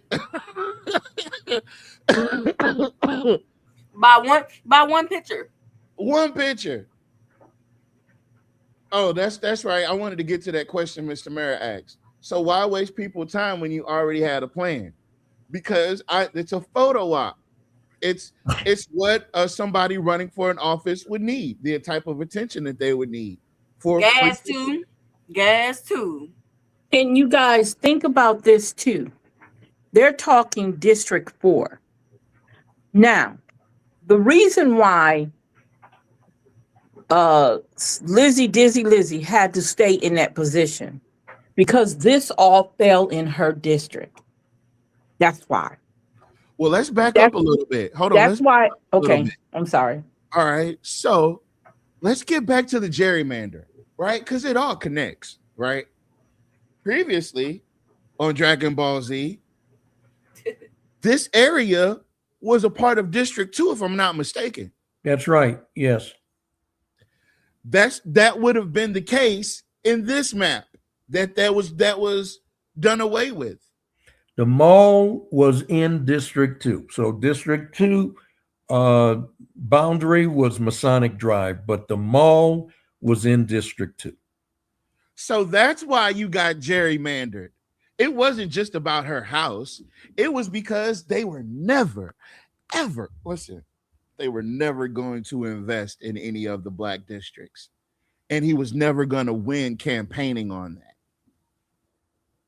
Of course, he wouldn't have got them white votes. It wouldn't have worked. The way he's manipulated and gaslit everybody right now, this whole Reignite plan hinged on whether or not that property was going to be in District 4 or whether it was going to be in District 2. It was already planned. This whole thing was already planned. So now you guys see the bigger picture. That's what all this really leads up. And Lizzie might be the most reliable fool on the dais. For him, she's worth more than Villard because she single-handedly gerrymandered you guys out of your districts. She didn't do it by herself. She didn't do it by herself. No, I like to blame one person. I love to blame one person. And you got to remember too, Jacques Roy lives in District 4 too. And Jacques Roy lives in District. Listen, guys, ain't none of this stuff. We can't lie to you. That is the main kick I want y'all to grab and gravitate towards. We don't have the ability to lie to you because we can't make this up. You could never make this up. Not in a million years could you convince me that this gerrymandering stuff really was all about her community sticking together. And our what was it? The mutual like, what are you saying? That doesn't even make any sense. You guys live across the street from each other. Just because you're in District 4 and they're in District 2, that doesn't mean you guys stop being neighbors, does it? No, there's not a fence or a brick wall built along district lines. So it's not like it's the Berlin Wall and you can't cross over into the other side. You know, it's not like that, but they make it seem that it's like that. And when they talk about protecting their culture and communities of interest, they never stated what those interests are and how those interests are different from the interests of the people that are in District 3 or in District 2 or District 1. What are those interests that are peculiar or specific to your community that are not common or shared with other communities? And then culture. What culture are you trying to protect? And how is it someone from a different culture cannot represent you with your culture? Are you a different language? Do you speak Spanish and you got an English representative who doesn't speak Spanish? How can that person represent you? Are you a different religion? You worship on Sunday and the other folks worship on Friday. You know, or you just a different social type agenda where you love to have fetes and other folks just want quiet time. I don't want that kind of music and noise in my neighborhood. You know, what are the cultural differences? Do you eat a certain type food and you're forbidden to eat other food, but these other folks eat the type food you're forbidden to eat and you just don't like that? What cultural differences was Elizabeth Felter trying to protect, and Jack Roy, and what interests that they have that are not shared with the other people in Alexandria? And they never mentioned that, except they kept blowing that dog whistle to their base, who heard it loud and clear. Community of interest, we're protecting our culture. That means something to them. To us, it's undefined. I believe that Jock's of the mind, of the thought, that if the mall remained in District 2, it would detract from the investors. Yep. It's racial. It's race-based. Come on, culture. And literally, we live in a town of 48,000. Culture where? What is there's a certain sect of people that are broken off from the rest of Alexandria that have started their own community? Like, no. Culture. And I'm not saying Alexandria is not a cultured place. I'm just saying the actual culture that they're trying to pretend Alexandria is, Alexandria isn't. We're not a party destination. But look, when you say that culture, Alexandria, are you including all of Alexandria? Because that's not what Elizabeth Felter and Jack Roy stated. They stated they had to protect their culture. That's why they had to move her precinct back into District 4. Because her precinct, the culture of her precinct didn't mesh with the culture of District 3, but they never defined what that culture was. So if you say the culture of Alexandria, you mean this is a shared culture throughout all of Alexandria. But that's not what they justified the veto on. They justified that the culture in her precinct is different from the culture in District 3. Therefore, they don't belong, that it's not a good fit. So you had to take her precinct out of District 3 and put it back in District 4 because they share the same common interests and they share the same culture. So I just caught on to something, Mr. Porter. They're trying to turn this into one of those 15-minute city neighborhoods. Yeah. All right. That don't include colors. It's color free. But it's not, because it's actually black people in there. You got to remember, Shamir lives in District 4. Yeah, but I forgot she was a sellout. but look, when It ain't my fault. I don't want to when stay I in the did neighborhood. when I did the maps, that would have made District 4 60% white, 40% black. That would have been the most integrated, the most diverse district we would have had in Alexandria. District 5 is 90% white. Districts 1, 2, and 3 are 80% black. District 4 would have been the only diverse district we would have had. 60% white, 40% black. They didn't even want that many blacks in there. When Elizabeth Felter redrew the maps, District 4 is no longer 60-40. And I forget the actual numbers, but it's a much higher white percentage now. Probably like 75-25. Yeah. Now let me answer a question that Mr. Scott posed, because he is really tuned into something. Jack Roy and Elizabeth Felter lied. Those were blatant, absolute, total lies. I had no idea where Elizabeth Felter lived.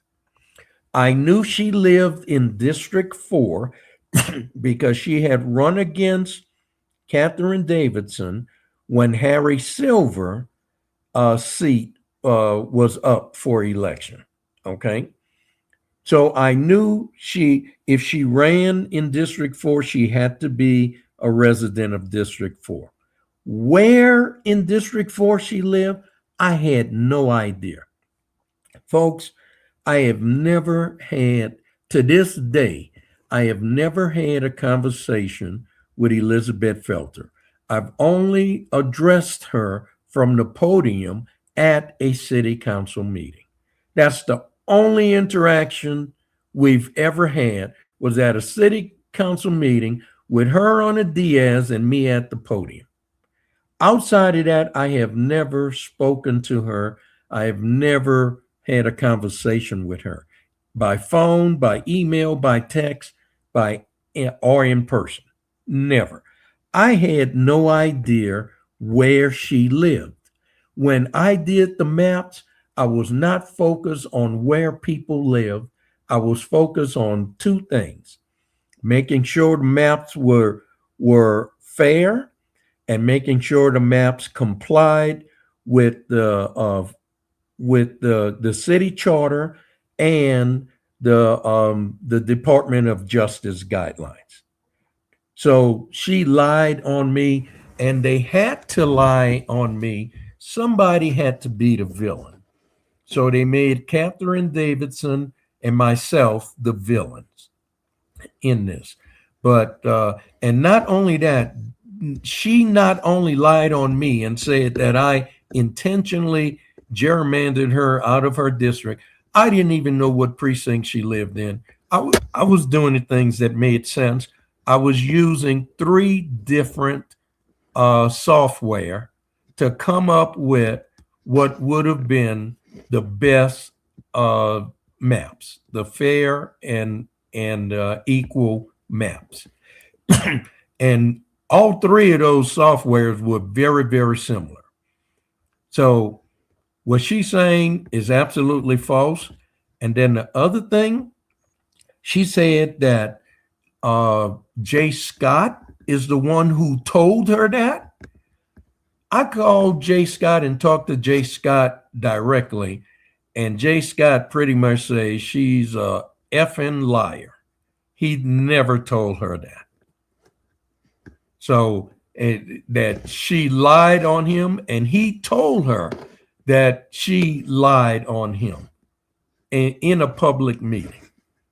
I forgot about that. He did. He called her out right then and there. Yeah, he did. Man, that was one of the funniest lives I ever seen, because he said, "We're gonna get you out of it." He looked at David. He said, "We're gonna get you. We're gonna get you." You know what? Now that you say that, that's what the hell Jock was talking about. That was a while ago, though. That's when she gerrymandered the. That's when she did the map thing. When it first happened. That was in December, right, of 2025 when Jack Roy vetoed this. That's when all of this took place. Jack Roy held 2 days of mayoral briefings to try and justify his veto of the fair district maps. But get this, the exact same thing that they did is what the Supreme Court and now the state legislature is doing. The exact same thing. The exact same thing. This was all part of Project 2025. Yep. It's just that Elizabeth Felter got to jump on it, you know? You know, some places, you know, the NDAs we were talking about earlier, well, in our other conversation real quick, I don't want to get off subject, but I want to let you know that, you know, now they're going after them for even allowing that to happen, for them to be signing those NDAs without telling their constituents that that's what they're doing. So now they're being smart and they're going after them on that end too. Well, folks, y'all done open another rabbit hole, and I don't mind going down it. Pause. Pause. Yeah, shut up. You ain't supposed to. Never mind. I can't say that. We're on the show. You ain't really supposed to pause on that one. You a male. You know. No. I'm going. Because you can't just you gotta specify a certain. You gotta specify. No, you a male. We know what you talking about. No. That's a pause. That's a pause. All right. That's a pause. That's a strong, healthy pause. No, it's not, because I ain't gonna say nothing. Members are myself, Mr. Fowler, and Ms. Felter. Madam Clerk, please take roll. Ms. Felter? Here. Mr. Fowler? Yeah. Mr. Lawrence? I'm present. All right, moving on. Item number 1, to consider final adoption of an ordinance authorizing the mayor to promote the city of Alexandria by entering into all contracts with bands and vendors for 2026 events and other matters with respect thereto. It has come to my attention that the administration wants to delay this matter until January 13th, 2025. Is that correct, Mayor? I removed it because I thought the title was, that's not the title that I would want to be approved. This is supposed to be specific to certain events, and we have a method of working with folks to get input. The title is too general, and so I asked to remove it myself. Okay. All right. Well, what we'll I just didn't like the way it was worded. Okay. That's not how I would prefer to do that. I think that there's a better way to do that. All right. Well, what we'll do is we'll remove it from the committee agenda. I think that's fine. I think Donna put it in January, Trey just told me, but I'm going to send down a substitute title that's more specific and has some more opportunities. Each year we wait to get some input. I think people were very happy with the feds. I specifically talking to Gary and Cynthia about bands and stuff, but it's really supposed to be limited to those. So he's getting inputs about the feds from Gary and Cynthia. Yep. It's good to look back, y'all. It's good to look back. That's all I'm gonna say. It's good to take a look back. Those events that are serial events, a series, the two fets and whatever. This is too broad. I caught it myself and I removed it. All right. Well, I didn't know there was controversy with it. I understand there might have been, but we decided this before Thanksgiving. That was my personal decision to remove it. All right. Well, what we're going to do is whenever it's placed back on the agenda, Madam Clerk, I still like for it to put it in Absolutely for it to be discussed. So we're going to pass item 1 until January 13th, 2025. And the 2026. I don't know why you kept on saying 2025. 2026. And the mayor. Oh, there you go. Will, I guess, send out a more specific title that's a lot more finite in its scope. All right. All right, moving on to item number 2, to consider final adoption of an ordinance relative to the Alexandria Healthcare Initiative, LSUA, to authorize the mayor to execute on behalf of the city those necessary or desirable in a governmental cooperative endeavor and joint service agreements and other contracts related to the Jackson Street Allied Health Downtown Health Services Central Capital Improvements, more particularly described as local or non-state capital project matches, to authorize the project LSUA Downtown Health number 19-602-23-01, F 19002498, authorizing the expenditure and encumbrance of budgeted and prioritized funds, authorizing agreements, commitments, and drawdowns with the state of Louisiana through the Division of Administration and/or through the Board of Supervisors of Louisiana State University and Agricultural and Mechanical College, LSU, and/or through and with LSU, Alexandria, or its foundations and other related parties in contracts and otherwise providing with respect thereto. Okay, that was a mouthful. Yes, sir. In essence, tell us what this is about. Absolutely, Mr. Chair. So just, it's a useful one when you have a large title to explain. We can use this as sort of an example of explaining how a title works. So in the first one that I asked to take off, while the title is short, it is a large scope. And so we didn't like that. Yeah, well, Those two properties together will be a state. We have as a priority one, the LSUA Medical Allied Health Complex. CLECO, other people contributed. Theirs goes to the foundation to be held. Because we're a public body, ours is in the form of the cooperative endeavor, which we provided to you. They're creating nurses that'll stay in there, the whole for that. The next sum of $1 million would be on the architect or engineer service. They're the obligation. Is it possible that the million commitment could grow? No, that's our maximum stated amount, and that's the project amount. We would not, and hasn't been. It was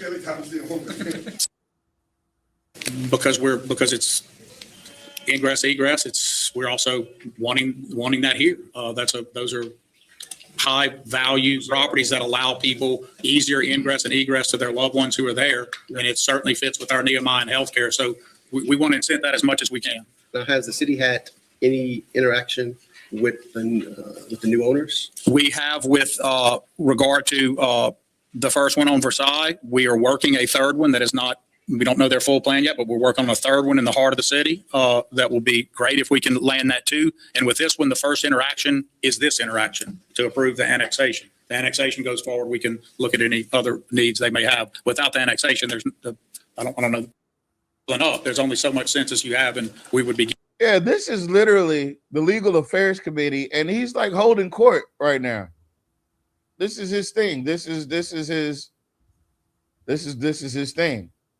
I want to fast forward because I saw the redistricting map up there, and you guys know I love a good look back. And I'm actually looking for the map that's supposed to be, you know what I'm saying? I'm actually looking for a map and I just can't find one.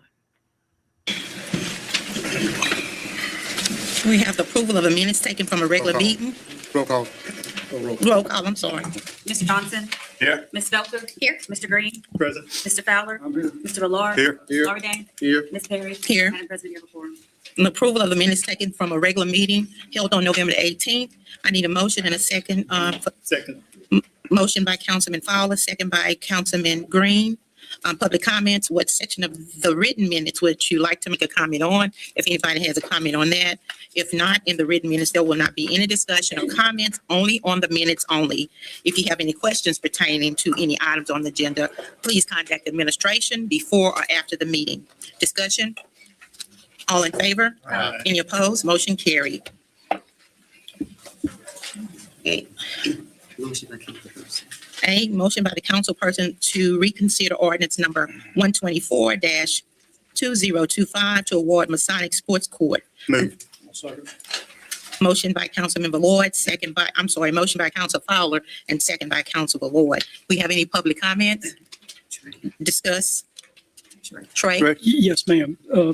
Madam Chair, the city engineering department noted that there was a typo in the adopted ordinance.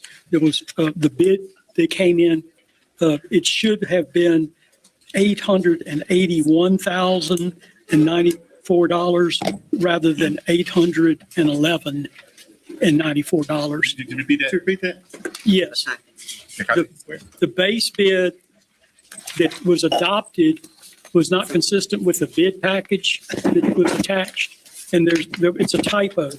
And we're asking for reconsideration to correct so that the base bid price will go from $811,094 to $881,009.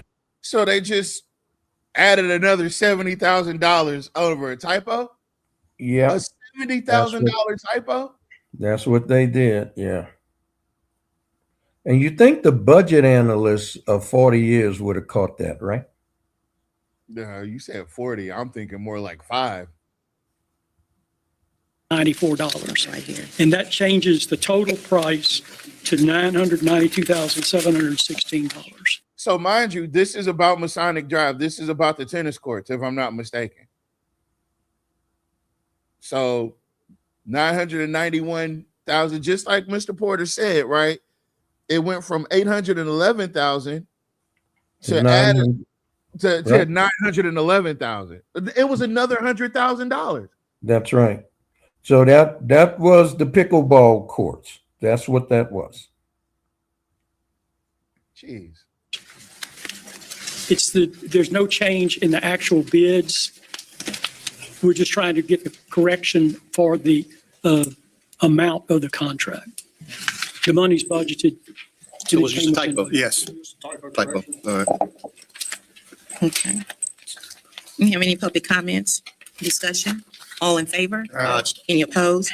Motion carried. F, public hearing. A, to hold a public hearing concerning amending and reenacting Article 3 of Chapter 2, Section 2-46 through 2-50 of the Alexandria Code of Ordinance relative to City Council District, reappealing ordinance number 37, 2024, and reenacting City Council District boundaries and descriptions in ordinance number 153, 2022, relative to redistricting and reapportioning City Council District 1, 2, 3, 4, and 5, as shown on the map titled City of Alexandria Council District, prepared by the Office of City Engineer to provide for effectiveness and other matters with respect thereto. I'm telling y'all this, and this is a side note. This is very personal. Looking back, I would have paid any amount of money to be in that room during this period. I would have knocked over every microphone. I would have kicked that damn podium over. It would have been a problem in there. I would have went to jail, but I would have had the money to bond out. Because of course, if I had the money to be there, I would have had the money to bond out. But that's a different story. But I would have loved to have been there. But that's okay, because guess what? Need a motion, please? Second. Second. Motion by Councilman Ballard, second by Councilman Johnson. To open the public meeting. Have any public comments? Discussion? All in favor? Any opposed? Motion carried. The public hearing is only to be commented from the citizens. There will be no discussions. Each person will have no more than 3 minutes to make a statement. The public hearing is now open. So looking back, how come we did not see that she was effectively doing what Jock was asking her to do? Mind you, Jock's not even in the room. I don't think. He got up and left. And he's always missing. Whenever there's something controversial, he disappears. Yeah, because he's upstairs watching it. That's why. He's not gone nowhere. He's upstairs in his office watching it on the television. What a coward. And I don't say that lightly. I fought alongside people in the military that in other situations you would if it was a fight, we was on shore leave and we was doing our thing and there was a fight, they would run. But if it was war battle time, it wasn't no running. You got to stand on your oath, right? But he disappears, he runs and he hides. And that shows exactly who he is. He is a sniveling. I'm not going to get into it. We're going to get into name calling. And I don't want to sink to the levels that he sinks to, but I will. Now, we signed up for the thing. There's a list over there.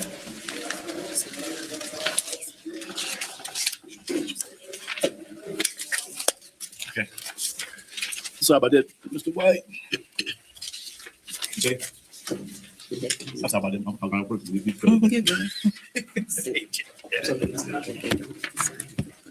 Hi, everybody today. We talking about the redistricting map, right? Yes. Yes, ma'am. As we spoke, I spoke on a map before when we first started out. The police juries did get it first in our districts. And when Matt Johns came to us, he's like, man, you need to talk to the people to keep the areas. So I decided to keep a lot of my people because I was just coming to my seat.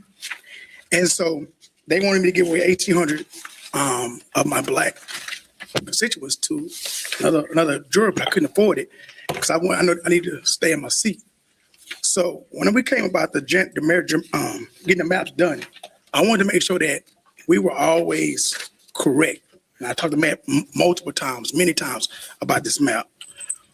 When they changed the map from the city of Alexandria, we figured it was going to be right because I share 62% of that district with 3 jurors, which is Ms. Lizzie Felter, Mr. Green, and Mr. Malcolm.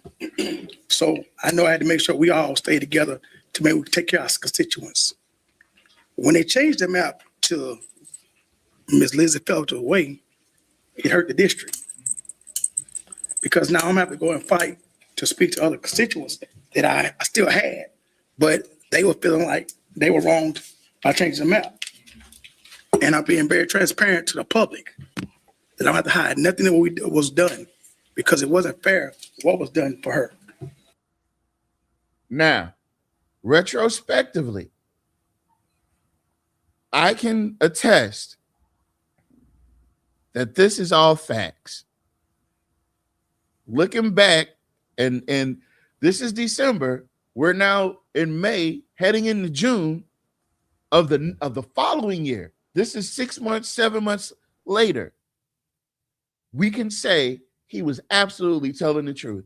And the fact that he had to keep talking to Matt Johns because Matt Johns had to notify the police jury of the changes. So that tells you who was involved. So now we got Matt Johns and Lizzie Felter by name from a police jury. When I asked the question, why? Mr. Johns gave me an answer, said that they talked about his job.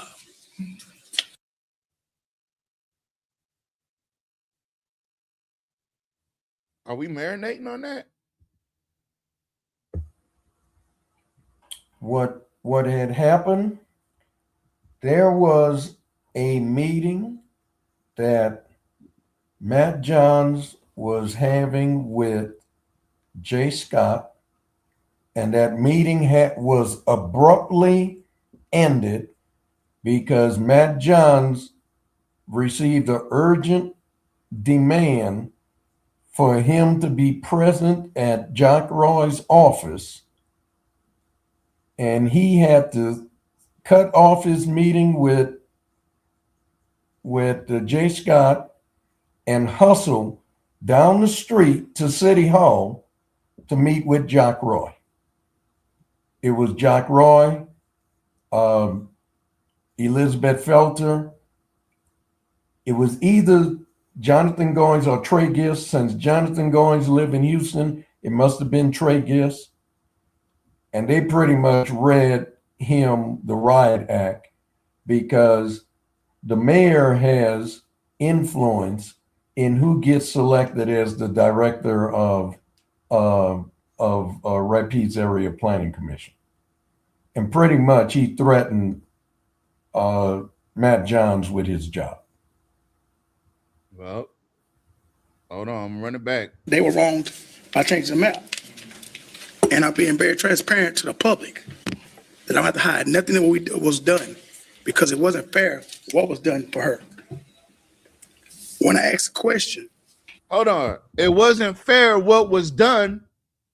What was the next words?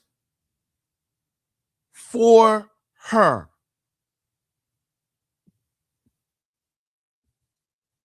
Somebody that had been locked in conversations, long-term conversations with the Rapides Area Planning Commission, the creators of or the makers of the maps. And his takeaway from that whole situation was that all this was for her. That's all. Why? Mr. Johns gave me an answer, said that they talked about his job. They talked about his job. A young man make a lot of money, and they wanted to take his job. I mean, he got their full attention, but look at Gist though. I can't see. I gotta move the screen over. I mean, he pissed. Yeah, they got his full attention though. Look Yeah, at he these pissed. two black men right there. They got his full attention. When a strong black man standing up there, they gonna listen. Well, not even that. Just that. They're sitting up there. He's a police juror. He's a police juror, and he shares 3 different districts with Jules, with Malcolm, and with Lizzie. Now, did you hear he said he would have lost 1,800 of his what's the name? That's a lot. That's a lot of people. That's a lot of people. All right. So when we talk about transparency, let's be transparent. Because y'all hold us black elected officials to a standard, a high standard. We got to prove our everything we do got to be proved by the public. All you worry they're being elected to the seats. All we worry they're doing is doing that.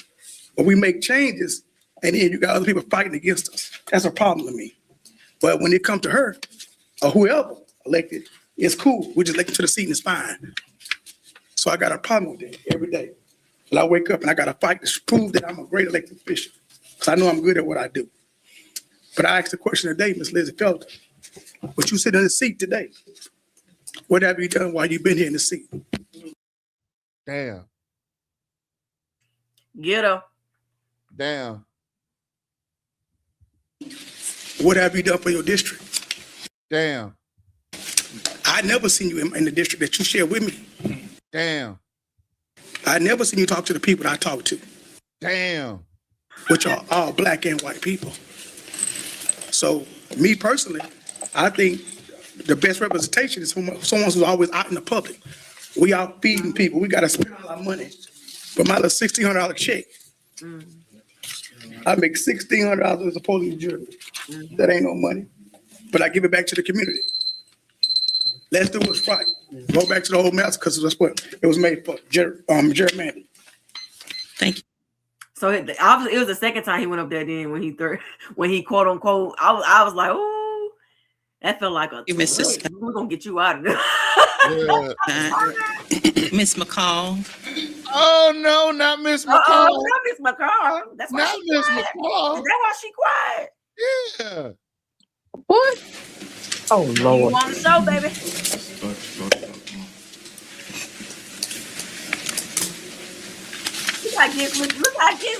Good evening, everyone. Everybody knows who I am. So I'm looking at the numbers here that was. Everybody knows who I am. Wait, who are you? Who Look that how nigga Git's get their name? fixing his glasses and stuff, man. You got to bring that back. Bring that back. Oh, okay. Miss McCall.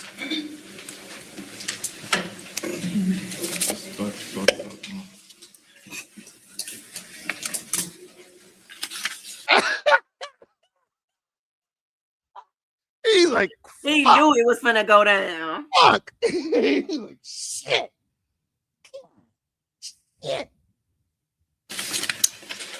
Good evening, everyone. Everybody knows who I am. So I'm looking at the numbers here that was used to make this change. We moved this decision that was made illegally according to your own home rule charter, and the violation that was that took place with the behind the scenes negotiation that was made. You moved over 400 and something people from one district to another, and these people didn't even know this was taking place. They were at the number, according to what the census has to be, they have to be as closest to 9,182 people per district. We have 5 districts. When Ms. Felter and her little cronies got together and went behind everybody's back and did this, they moved people out of their district without them being notified. When are we going to stop this? When are we going to start taking in consideration the citizens of Alexandria? It just seems like a lot of power play is being done, and the people are the ones who are the victims of the power plays. We moved people out of their district for one person. For one person. When are we going to stop? Alexandria has a lot of potential, but it has a stranglehold on it because only a certain amount of people can say something and make things happen. We're not even taking in consideration what everybody else wants. It's only a few people who can make choices, and the people don't benefit. So when you make this vote tonight, please take in consideration the people who are going to be affected by what took place. The transparency, like Mr. J. Scott said, it needs to be for real. We say that word so loosely and we don't even see it. Nobody's transparent. Everybody's doing things behind closed doors and negotiating and doing all these things, and the people are the victims. I'm not going to say they're the ones who's benefiting from it. They're the victims. When are we going to stop doing that to them and give them what they want? As a city, when are you going to stop? Alexandria has a lot of potential. And you guys know I talk about Alexandria all the time. It has potential, but you guys got to get that grip off of it and let it grow. And quit putting the power in the hand of 5 or 6 people to make these decisions for the whole city. Thank you. Oh, Where's the chill. donation at? Oh, chill. Oh, chill.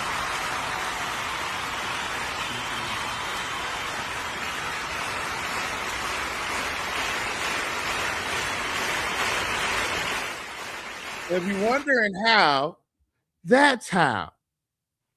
You know, Miss Lead, I see a lot of myself in you for some reason. Here we go with this. But my godfather is the reason why we know what we know. Now, all I can say is this. That's how. You have to be willing to speak truth to power. If you're not willing to speak truth to power, you at least have to be able to participate in the mechanism of the movement. But that should be a precursor to you even getting involved in the movement. Anytime you have the opportunity to speak truth to power, you're supposed to take advantage of that moment. And you're supposed to scream the truth from the highest mountain, right?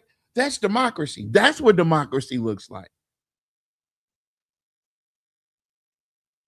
So in this moment, we can keep going. Thank you, Ms. McCall. Ms. Bell. Shit. Not bag to bag. Back to back? Bag to bag. Sorry. The ordinance number 37-2024 to withdraw the municipal district map is illegal. There is no legitimate justification to withdraw the district maps prior to the next census of 2030. New municipal district maps are drawn once in a decade, every 10 years, initiated by the decennial census data. The 2022 municipal district maps were drawn in accordance with the city charter, state statutes, and federal laws, specifically the Voting Rights Act following the 2020 census. The 2022 municipal maps are fair and equitable. The maps 2022 were available for public viewing for 97 days from June 1st to September 5th, 2022.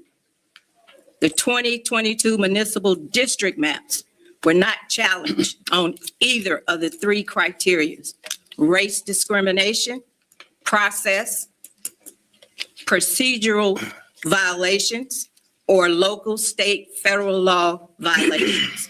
The 2022 municipal maps were approved unanimously on September 6, 2022.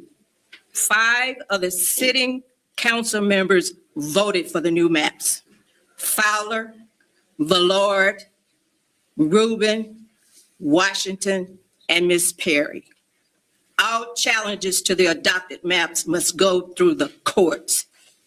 Elizabeth Myers Felter circumvented the process of a court challenge to the adopted 2022 municipal maps by using the position of a council member to put forth any ordinance to change the district boundaries without legitimate justification. Elizabeth Felter initiated the redrawing of the municipal district maps for individual preference, personal gain, political advantage. There was no discussion or redrawing the district maps in an open meeting of the city council prior to the initiation of the 2024 redistricting process. The issue of redistricting did not appear as an agenda item for discussion, public comment, or vote to approve moving forward with the development of the new 2024 district maps to replace the existing 2022 maps. Council members from District 2 and 3 did not have any input into the development of the 2024 municipal district maps, even though their districts were specifically impacted by the change in map. That's how. That's a savage there. That's how. And again, the thing with Black women. Mm-hmm. Mm-hmm. Thank you, Ms. Bell. Mr. White. That nigga sweating. Look at him. Oh, that nigga. Thank you, Madam President. Make them You're welcome. uncomfortable. We make them uncomfortable. And Jay, I'm not going to knock it off this time. My name is Mr. Cornelius Lawson White, Jr. I live at 3638 10th Street in Alexandria, Louisiana. Been a resident for 64 years here. My phone number is area code 318-446-6934. I'm open and honest to everybody. And y'all know what happened to me. I got beat down for just Mr. asking White. a question. I know, Ms. Perry, I know, but you're not doing that. But that happened during the last council. But Hold up, Ms. Perry. no. I'm going to get to my point. I'm going to get to Get my to your point. point and not the beat down. She was always doing this shit. Yeah, she Oh don't- yeah, she- every meeting. She was always She- doing this shit. she don't have that same fervor for anybody else who gets up there, but she definitely have it for Mr. White. And you guys, Mr. White is one of her constituents. He lives in her district. Well, I want people to know about it because Well, you thousands, say it not enough. tens of thousands have seen that. Mr. And it may be a federal lawsuit Mr. next White. year for The fact that she's trying to overtalk him this is a public meeting, right? And he can talk about whatever he wants because what was the process set forth before they started? She said it was a council public is not comment. to respond. We are Yeah. not going to answer, Yeah. but somehow, some way, She always does that to him. that's why I chose not to skewer her. I chose not to because I knew what was going to happen. I knew them people. I knew everybody was going to see exactly what we saw. our Mr. White, 250th anniversary. you're speaking on the I'm redistrict, speaking okay? on the we should He can speak on whatever he wants to. It's an open meeting. have never done this. A guy threatened to burn down this whole town behind this. And y'all didn't arrest him, but you had me beat down and hauled off to almost jail and everything. Not you, Ms. Perry. I'm talking about But Jim Mr. Law. White, we need to know I know, but about I'm redistricting. talking about the redistricting. It should have never been changed, Ms. Perry. I know they were talking. The young lady was talking about you made that vote. You should have voted against that. I like Lizzie Felter, but this was wrong. The man had told us how them maps were supposed to be and everything. That young lady said you violated federal law, so you may be sued on that. I mean, you just can't do. And see, when people see they get beat down, they don't want to come to the city council meeting and make their voice heard because they're scared. A lot of people out there are scared, ma'am. And I hope y'all open up them warming centers because it's going to freeze tonight. We don't want none of our residents to freeze. You're gonna do it every time, man. Oh my But God, man. like I said, all of this stuff was handled wrong a couple of years ago, and people are watching Alexandria now. Like I said, our 250th birthday is next year for America. It may be some fireworks going on around here.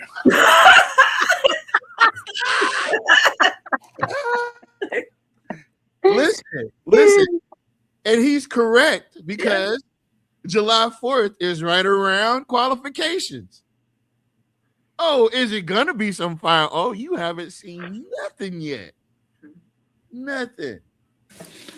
So God bless you, ma'am. I'd like to talk to the news media, so keep your thing on after this is over with. I'm running for mayor. And I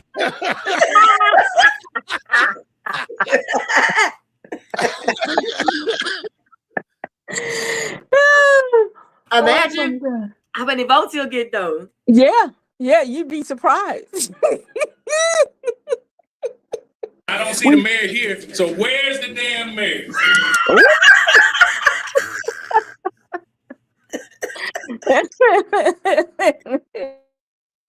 Now, like I said, our 250th birthday is next year for America. It may be some fireworks going on around here. So God bless you, ma'am. I'd like to talk to the news media, so keep your thing on after this is over with. I'm running for mayor. And I don't see the mayor here, so where's the damn mayor? The mayor need to be in here too.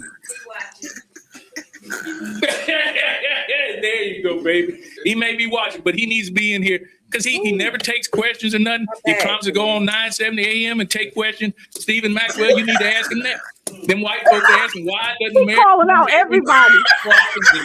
Mr. Mr. Cornelius Yeah, the Cat Williams of Alexandria. exactly. Where's the damn mayor? Man, is this the one that came on? I don't know. I can't remember. Yeah, But look, God damn it, you gonna pick it. look. We need to put that on a T-shirt. Where's the damn mayor? I'm running for mayor. I'm running for mayor. 9:70 a.m. Mr. White, I'm just telling you. I know what you're telling us, but your 3 minutes is up. Thank you, ma'am. All right. God bless America. Thank you. God bless us. He said, God bless us. I'm with you on that one. Uh-oh. Okay, we don't have any more. So I need a motion and a second to close the public hearing. Move. Second. Motion by Mr. Fowler, second by Mr. Lawberdane. Public comments, discussion, all in favor? Aye. Any opposed? Public hearing is closed. G, consent calendar. Introduction of an ordinance authorizing the mayor to accept the low bid submitted for petroleum products for various departments. Number 2, introduction of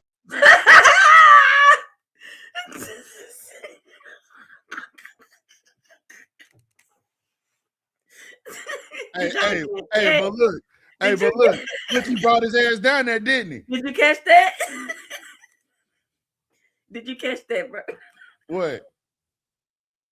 Miss Lita, did you catch that? So Catch nobody what, called- baby? So nobody called when I was laughing at just now. Oh, y'all missed it. I'm not repeating it on this live show. Okay. It's about the petroleum. You'll see. All right. 3-4. I'm available 24/7. Now the mayor done brought his ass down there now.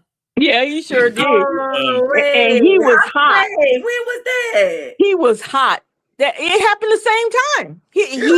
He was mad. He did not want to be there. He did not want to come When down. Martin Luther King came here, Levada Board recorded that. It would be nice to invite Mr. Levada Board up here because Mike Wynn is the first one to try to recognize him. He's been on News here, played. Carry. number 16, resolution authorizing advertisement for bids for bulk fuel for vehicles and equipment. Address is 3638 10th Street in Alexandria, Louisiana, 713.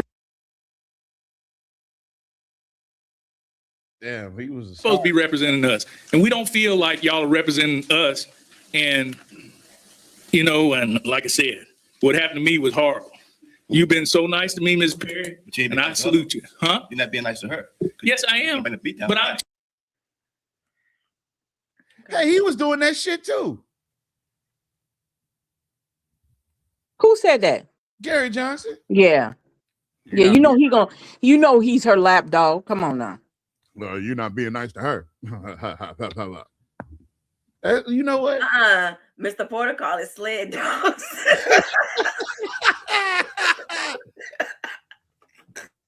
telling about the truth. What happened? We got that. But see, she ain't. Oh, they don't want you to say too much about the truth. Ain't done change that. They get the guy, get him on it. Jim Ballard, I know the mayor ordered that. Sir, you were the one arrested, not me. Mr. Uh-oh. You mean to tell me that y'all let Jim Villard get up there and talk that shit? You the one got arrested, not me. You were being, what did he say? You were being violent or something, he said. Yeah. Oh, wait, hold on. Well, you should have been arrested because you violated the Constitution. Mr. White. Mr.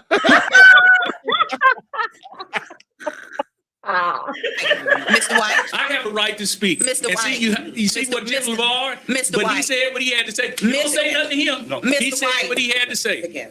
Gavel me out of here. Thank you, ma'am. Jock is fuming. Jock is fuming. And he's going to chastise Cynthia when this is over with. Because he cannot stand for the people to speak up. That's what the whole problem is. He's sitting there seething. Okay. Discussion? Madam President, I keep hearing that federal lawsuit should be filed. Well, a federal lawsuit was filed. Yeah, and I filed it and it was dismissed. Mr. Lauderdale represented Tracy Snow, Mr. Gilbert Porter, and Ms. Agnes Francisco. He ultimately asked that lawsuit be dismissed. He also filed a lawsuit on behalf of these three individuals in state court. And his rationale was that the city charter had been violated. Home Rule Charter Section 2-03C requires redistricting at least 1 year prior to the first primary election for council members following each federal census. Mr. Larbadan argued that this is the only time, he and his clients argued that this is the only time that redistricting can occur. Like I just said, the charter is explicit, ladies and gentlemen of the council, that at least 1 year prior to the first primary election for council members. That's the most words you following heard each him federal say, other census. than when he You can went have off to on Linda. That's because he pulled the Curtis card. When Jock shows up, now it's okay for my niggas to talk. Yeah. Now you wait, Miss Linda, I got something special for you. I sent it to Divorce because I didn't even know we was gonna go this far, but we got. I know she said she having a flashback and she mad, but we got an iconic picture, and I mean we got an iconic picture for you, boo. So that means anytime. Okay, it's not limited. It's not a prohibitory maximum. If you all wanted to do it once a month, you couldn't. Okay. And also, I keep hearing about this Voting Rights Act of 1965, and it's very true. You see how John was I know why President Lyndon Johnson signed this act into law, and to hear it being used for political purposes, it troubles me. There was a time because it is political, you dumbass. Well, it's about voting, so it's about as political as you can make it. Why he talked just like Roy? Because Roy said the page YSKT was for political purposes. That Black folks had to take literacy tests, J. Scott. We had to pay a poll tax. And folks used to make us try to count jelly beans. That's right. In order to vote. So to come into this room And as you well sitting next to a and race. say that the Voting Rights Act may have been violated is just a slap in the face of every African American who bled and died. Okay? Who bled and died. Miss Linda, and she Oh, no, when he raised his voice. Oh, no. Bled and died. bled and died. They died and they bled and they bled and they bled until they died, and then they came back and died again. They bled and they died. Who bled and died.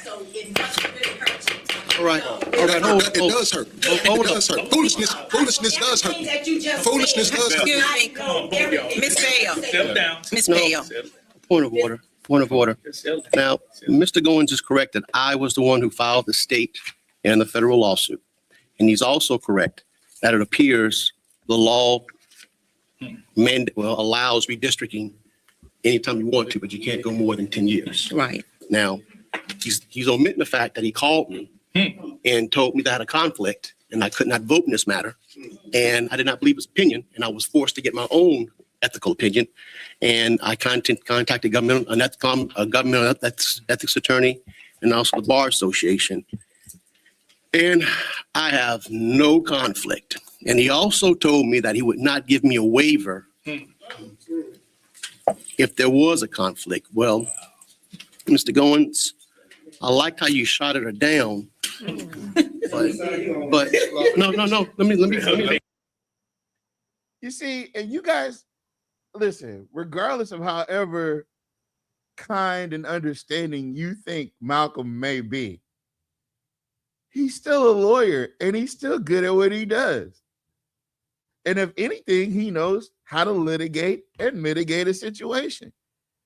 And so when he made the reference, this is a throwback reference. I like how you shouted her down, but that didn't mean shit. You shot her. Hey, I gave you the respect now. I gave you the respect. But I gave you the respect though. Now I see you wanted to shout her down, but you gave me bad advice. Oh, wow. You gave me bad advice, sir.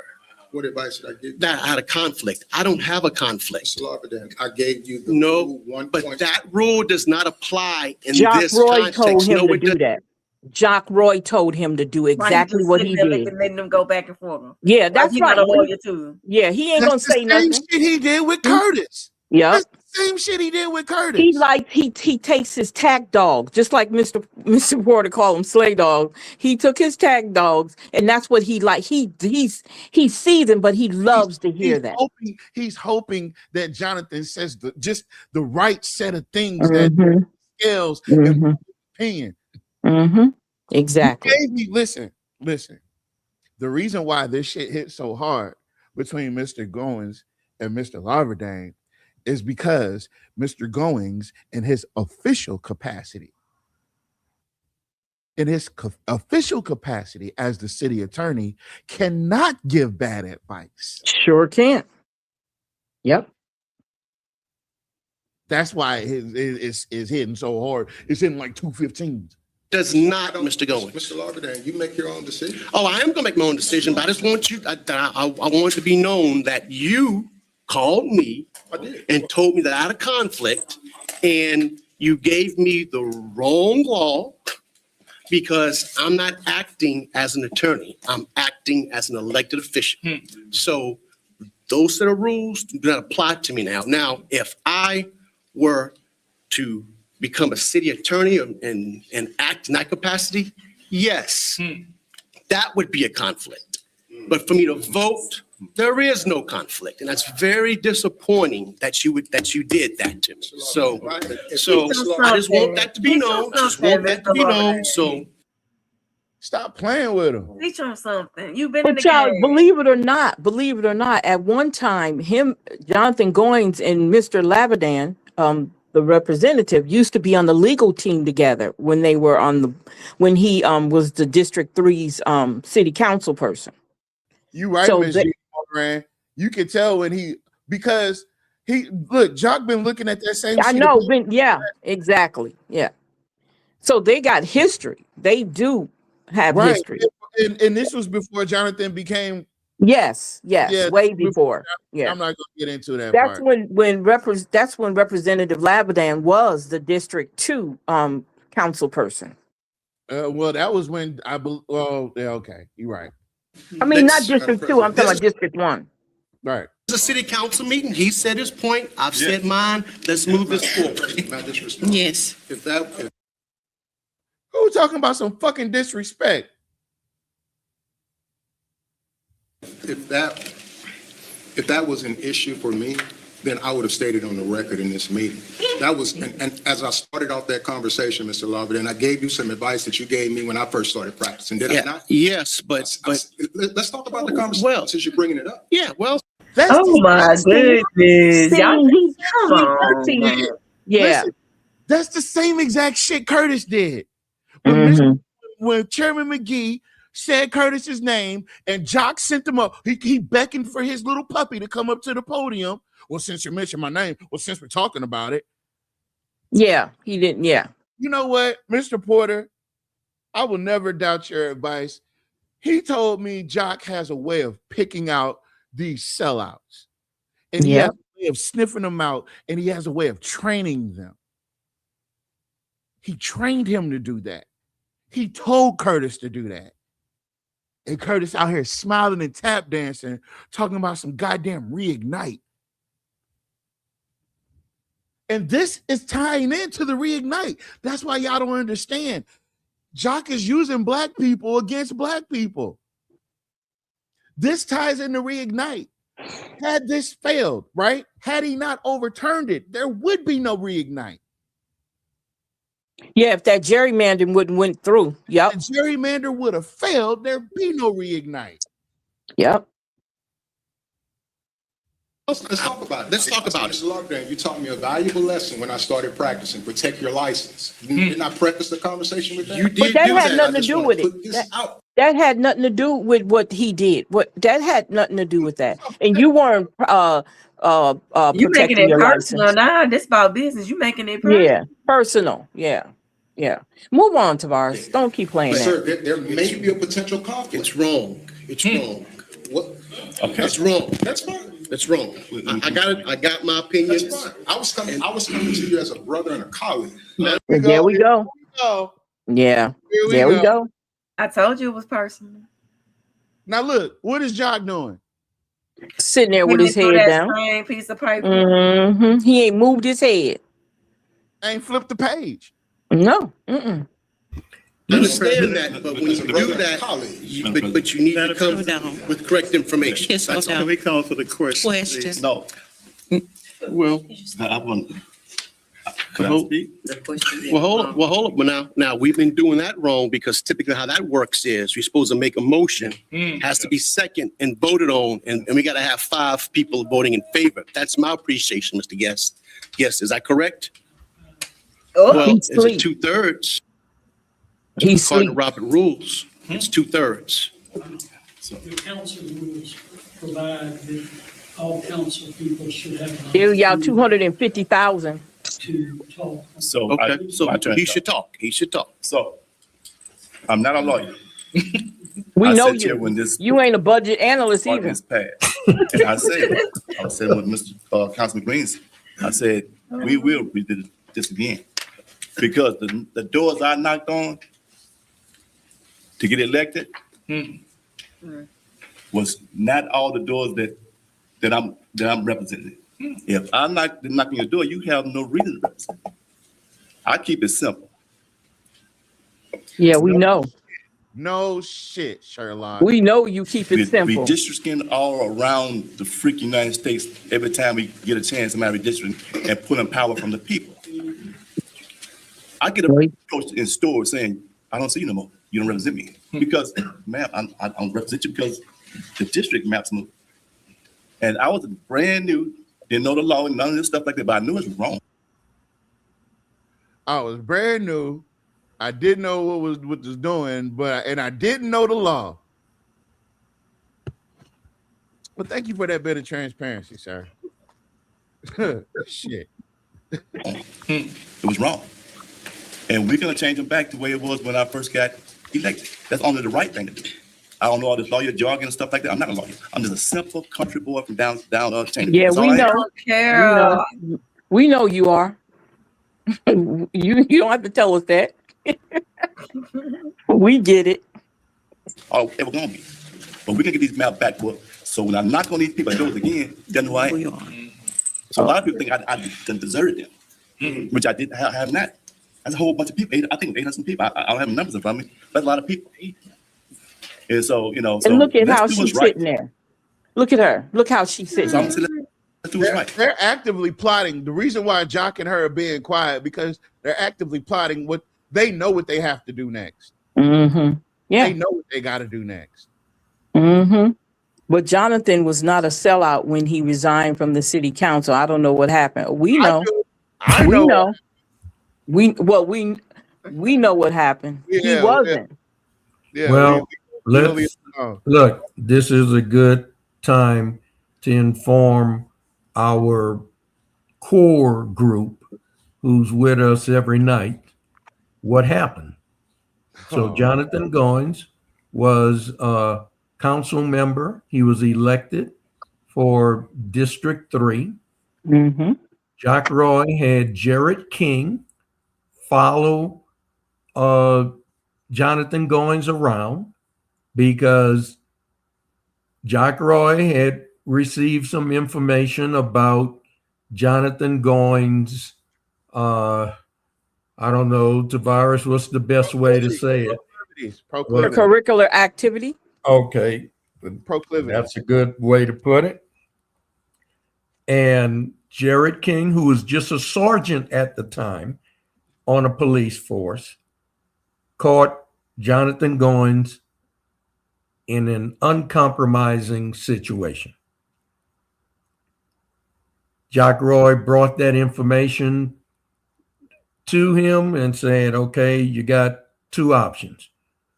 We go public with this, arrest you, you lose your bar license, your license to practice law, or you just resign and leave the state. Jonathan chose the latter. He resigned and left the state. Didn't tell Ed Larverdane he was resigning. Didn't tell Myron Lawson.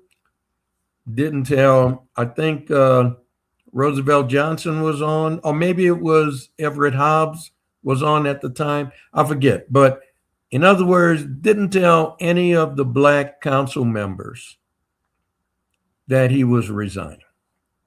He just sent this straight to the Secretary of State, and he got the hell out of Dodge. Now, Jack Roy, now that it was 3 whites and 3 blacks on the city council, Jack Roy held like a little impromptu session, and he came up with 3 black names to replace, to fill the vacancy. And he had all 3 of those black people thinking that they were going to be nominated by the mayor to take that position. But the one who got the position was Jerry Jones. Hold on, Mr. Porter. Hold on, Mr. Porter. Ms. Jeannie Moran said she was buffering. She didn't hear the choices of his resignation. Okay. So after being caught in a compromising position by Jared King, who at that time was a henchman for Jack Roy, he was a sergeant on the police force. Jonathan Goins was presented with 2 options. One was the mayor would make this public, he would probably get arrested, and Jonathan Goins would lose his bar license and would not be able to practice law, and may even go to jail. The other option was resign from the city council and leave the state. And he chose to resign and leave the state. And by him resigning, that left 3 blacks and 3 whites on the city council. And to fill the vacancy, Jack Roy held like a little meeting, and he had 3 different black people thinking that he was going to be the choice to fill the vacancy. And the other 2 was totally blown away when Jack Roy picked Jerry Jones, or recommended Jerry Jones. Okay. Now, the way this goes, the 6 council members that's on there, they get to vote for the person to fill the vacancy. If there's a tie, if 3 vote against him and 3 vote for him, it's a tie. The mayor breaks the tie. And the mayor is the one that put Jerry Jones in there. Now, if for the next election, Jerry Jones lost to Jules Green. But that is what happened with Jonathan Goins. And I'm surprised, after all of what Jack Roy did to Jonathan Goins, why he would come back and work for him. Is there a statute of limitation? I know we know what we're talking about on that end, but there's no statute. Well, with Bill Cosby, there wasn't. Well, then there you go. He probably threatened him again. I wouldn't be surprised. Yeah, this is crazy. I mean, really, this sounds like something you read in a book. This This is is that crazy. this is that Dallas shit. That's that what was that killed who shot JR? Yeah, you talking about Dallas? Yeah, Dallas. Hold on, what was Jeannie Moran say? She said, "Wow, okay, but I bet he was set up because he had a public blowout with one of Jock's boys, Roosevelt Johnson." Yeah, that's what I Yeah. said. Maybe he still blackmail him. That's what I said. Because ain't no way you gonna have me out here looking stupid. Ain't no way you gonna. And every time you need a do boy, you pick one of these simple ass black. He's intelligent. I'm not gonna take nothing away from Curtis. I'm just never gonna call him doctor. But he's intelligent. He has enough intellect to be a coon. And Jonathan, you have enough intellect to do this, but because you're the one that told everybody about the Tale of Two Cities, you produced an entire YouTube video on it. You know what the hell was going on back then. I think a lot changed, but I do believe that maybe it's still something going on. The reason why he came back to be the city attorney, because he had his own practice in Texas. I mean, in Houston, Still and does. I didn't hear nothing negative about it. Still does. So yeah, Because so we know one of his clients, and the clients was saying that they know what days he's going to be out of town, and they know what days he's not. Oh, okay.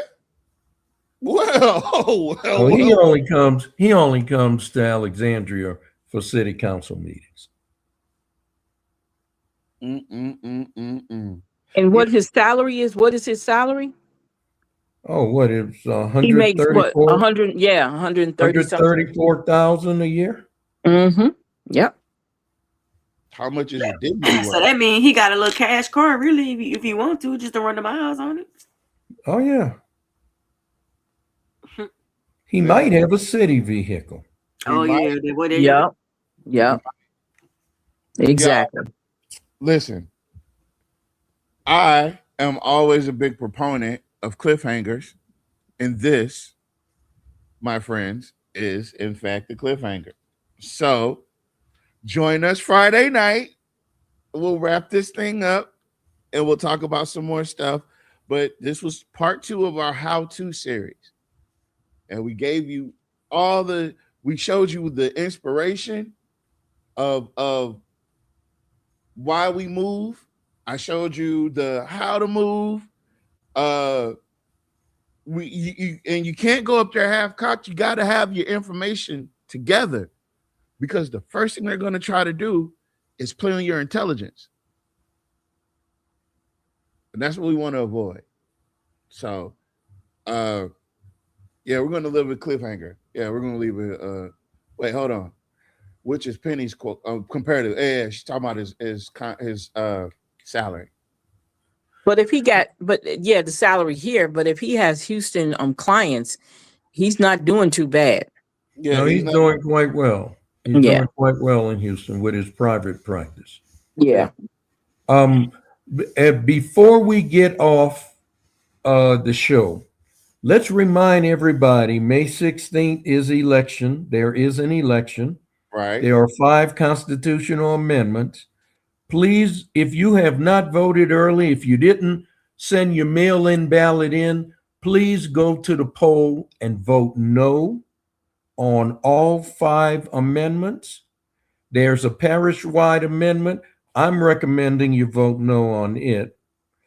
And still vote for a United States congressman. Now, if you're Democratic, there's nobody on that ballot because at the time Cleo Fields was unopposed. But there are candidates for senator. So please vote on May the 16th. Please vote no against all state constitutional amendments. And we need to start showing up at the polls. We got to make sure that if you're an inactive voter, get you active again for the November 3rd election. If you've been totally purged from the voting rolls, Let's get you re-registered so that you can vote November 3rd, because we are under attack. I should say our voting rights, our civil rights are under attack. And now these folks have gone as far, Alabama, as saying we need to repeal the 14th and 15th Amendments. So, folks, this is going downhill very quickly. And it's all from the 2025 project, and it's all Donald Trump. So, as long as we still have a democracy, which means all persons who are eligible to vote can vote, we need to make sure we vote. Because the next thing is, we won't have a democracy anymore. We will resort back to a republic. And under a republic, only certain classes of people have the right to vote. There was a time women couldn't vote. There was a time if you was a property owner, you could not vote. There was a time if you were not literate, if you were illiterate, you could not vote.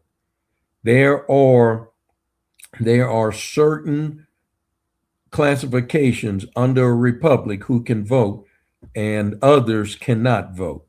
Right now, we have a democracy. If you're 18 and over and you're not a felon or incarcerated, you have the right to vote. You're eligible to vote. We need to make sure all of our people vote. And if they're not registered, they need to get registered. Now, the second thing, so that's the election, May 16th. Second thing, we have a recall against Jeffrey Landry, the governor. And there's two places you can go and sign. You can sign at Ed Lorverdane's office, and you can sign at Candy Christoph's office on Branch Street. I encourage you to get there and sign. We need over 500,000 signatures to recall Jeffrey Landry. Now, we can do this, but we need to get out there and sign those petitions. Now, they also have the Attorney General. She's on the list too. So I don't know if Ed Laverdane got that at his office, but they actually went after her too. And Sid Edwards, I think his name is Sid Edwards. He's one of the mayors. Can't remember what city, and I think it's down in New Orleans. Baton Rouge. East Baton Rouge. Yeah. So he's the president mayor of the city council, or they have a different setup than what we exactly. So they got him on there too. Yeah, parish council. That's what it's called. Yeah. He's a parish president.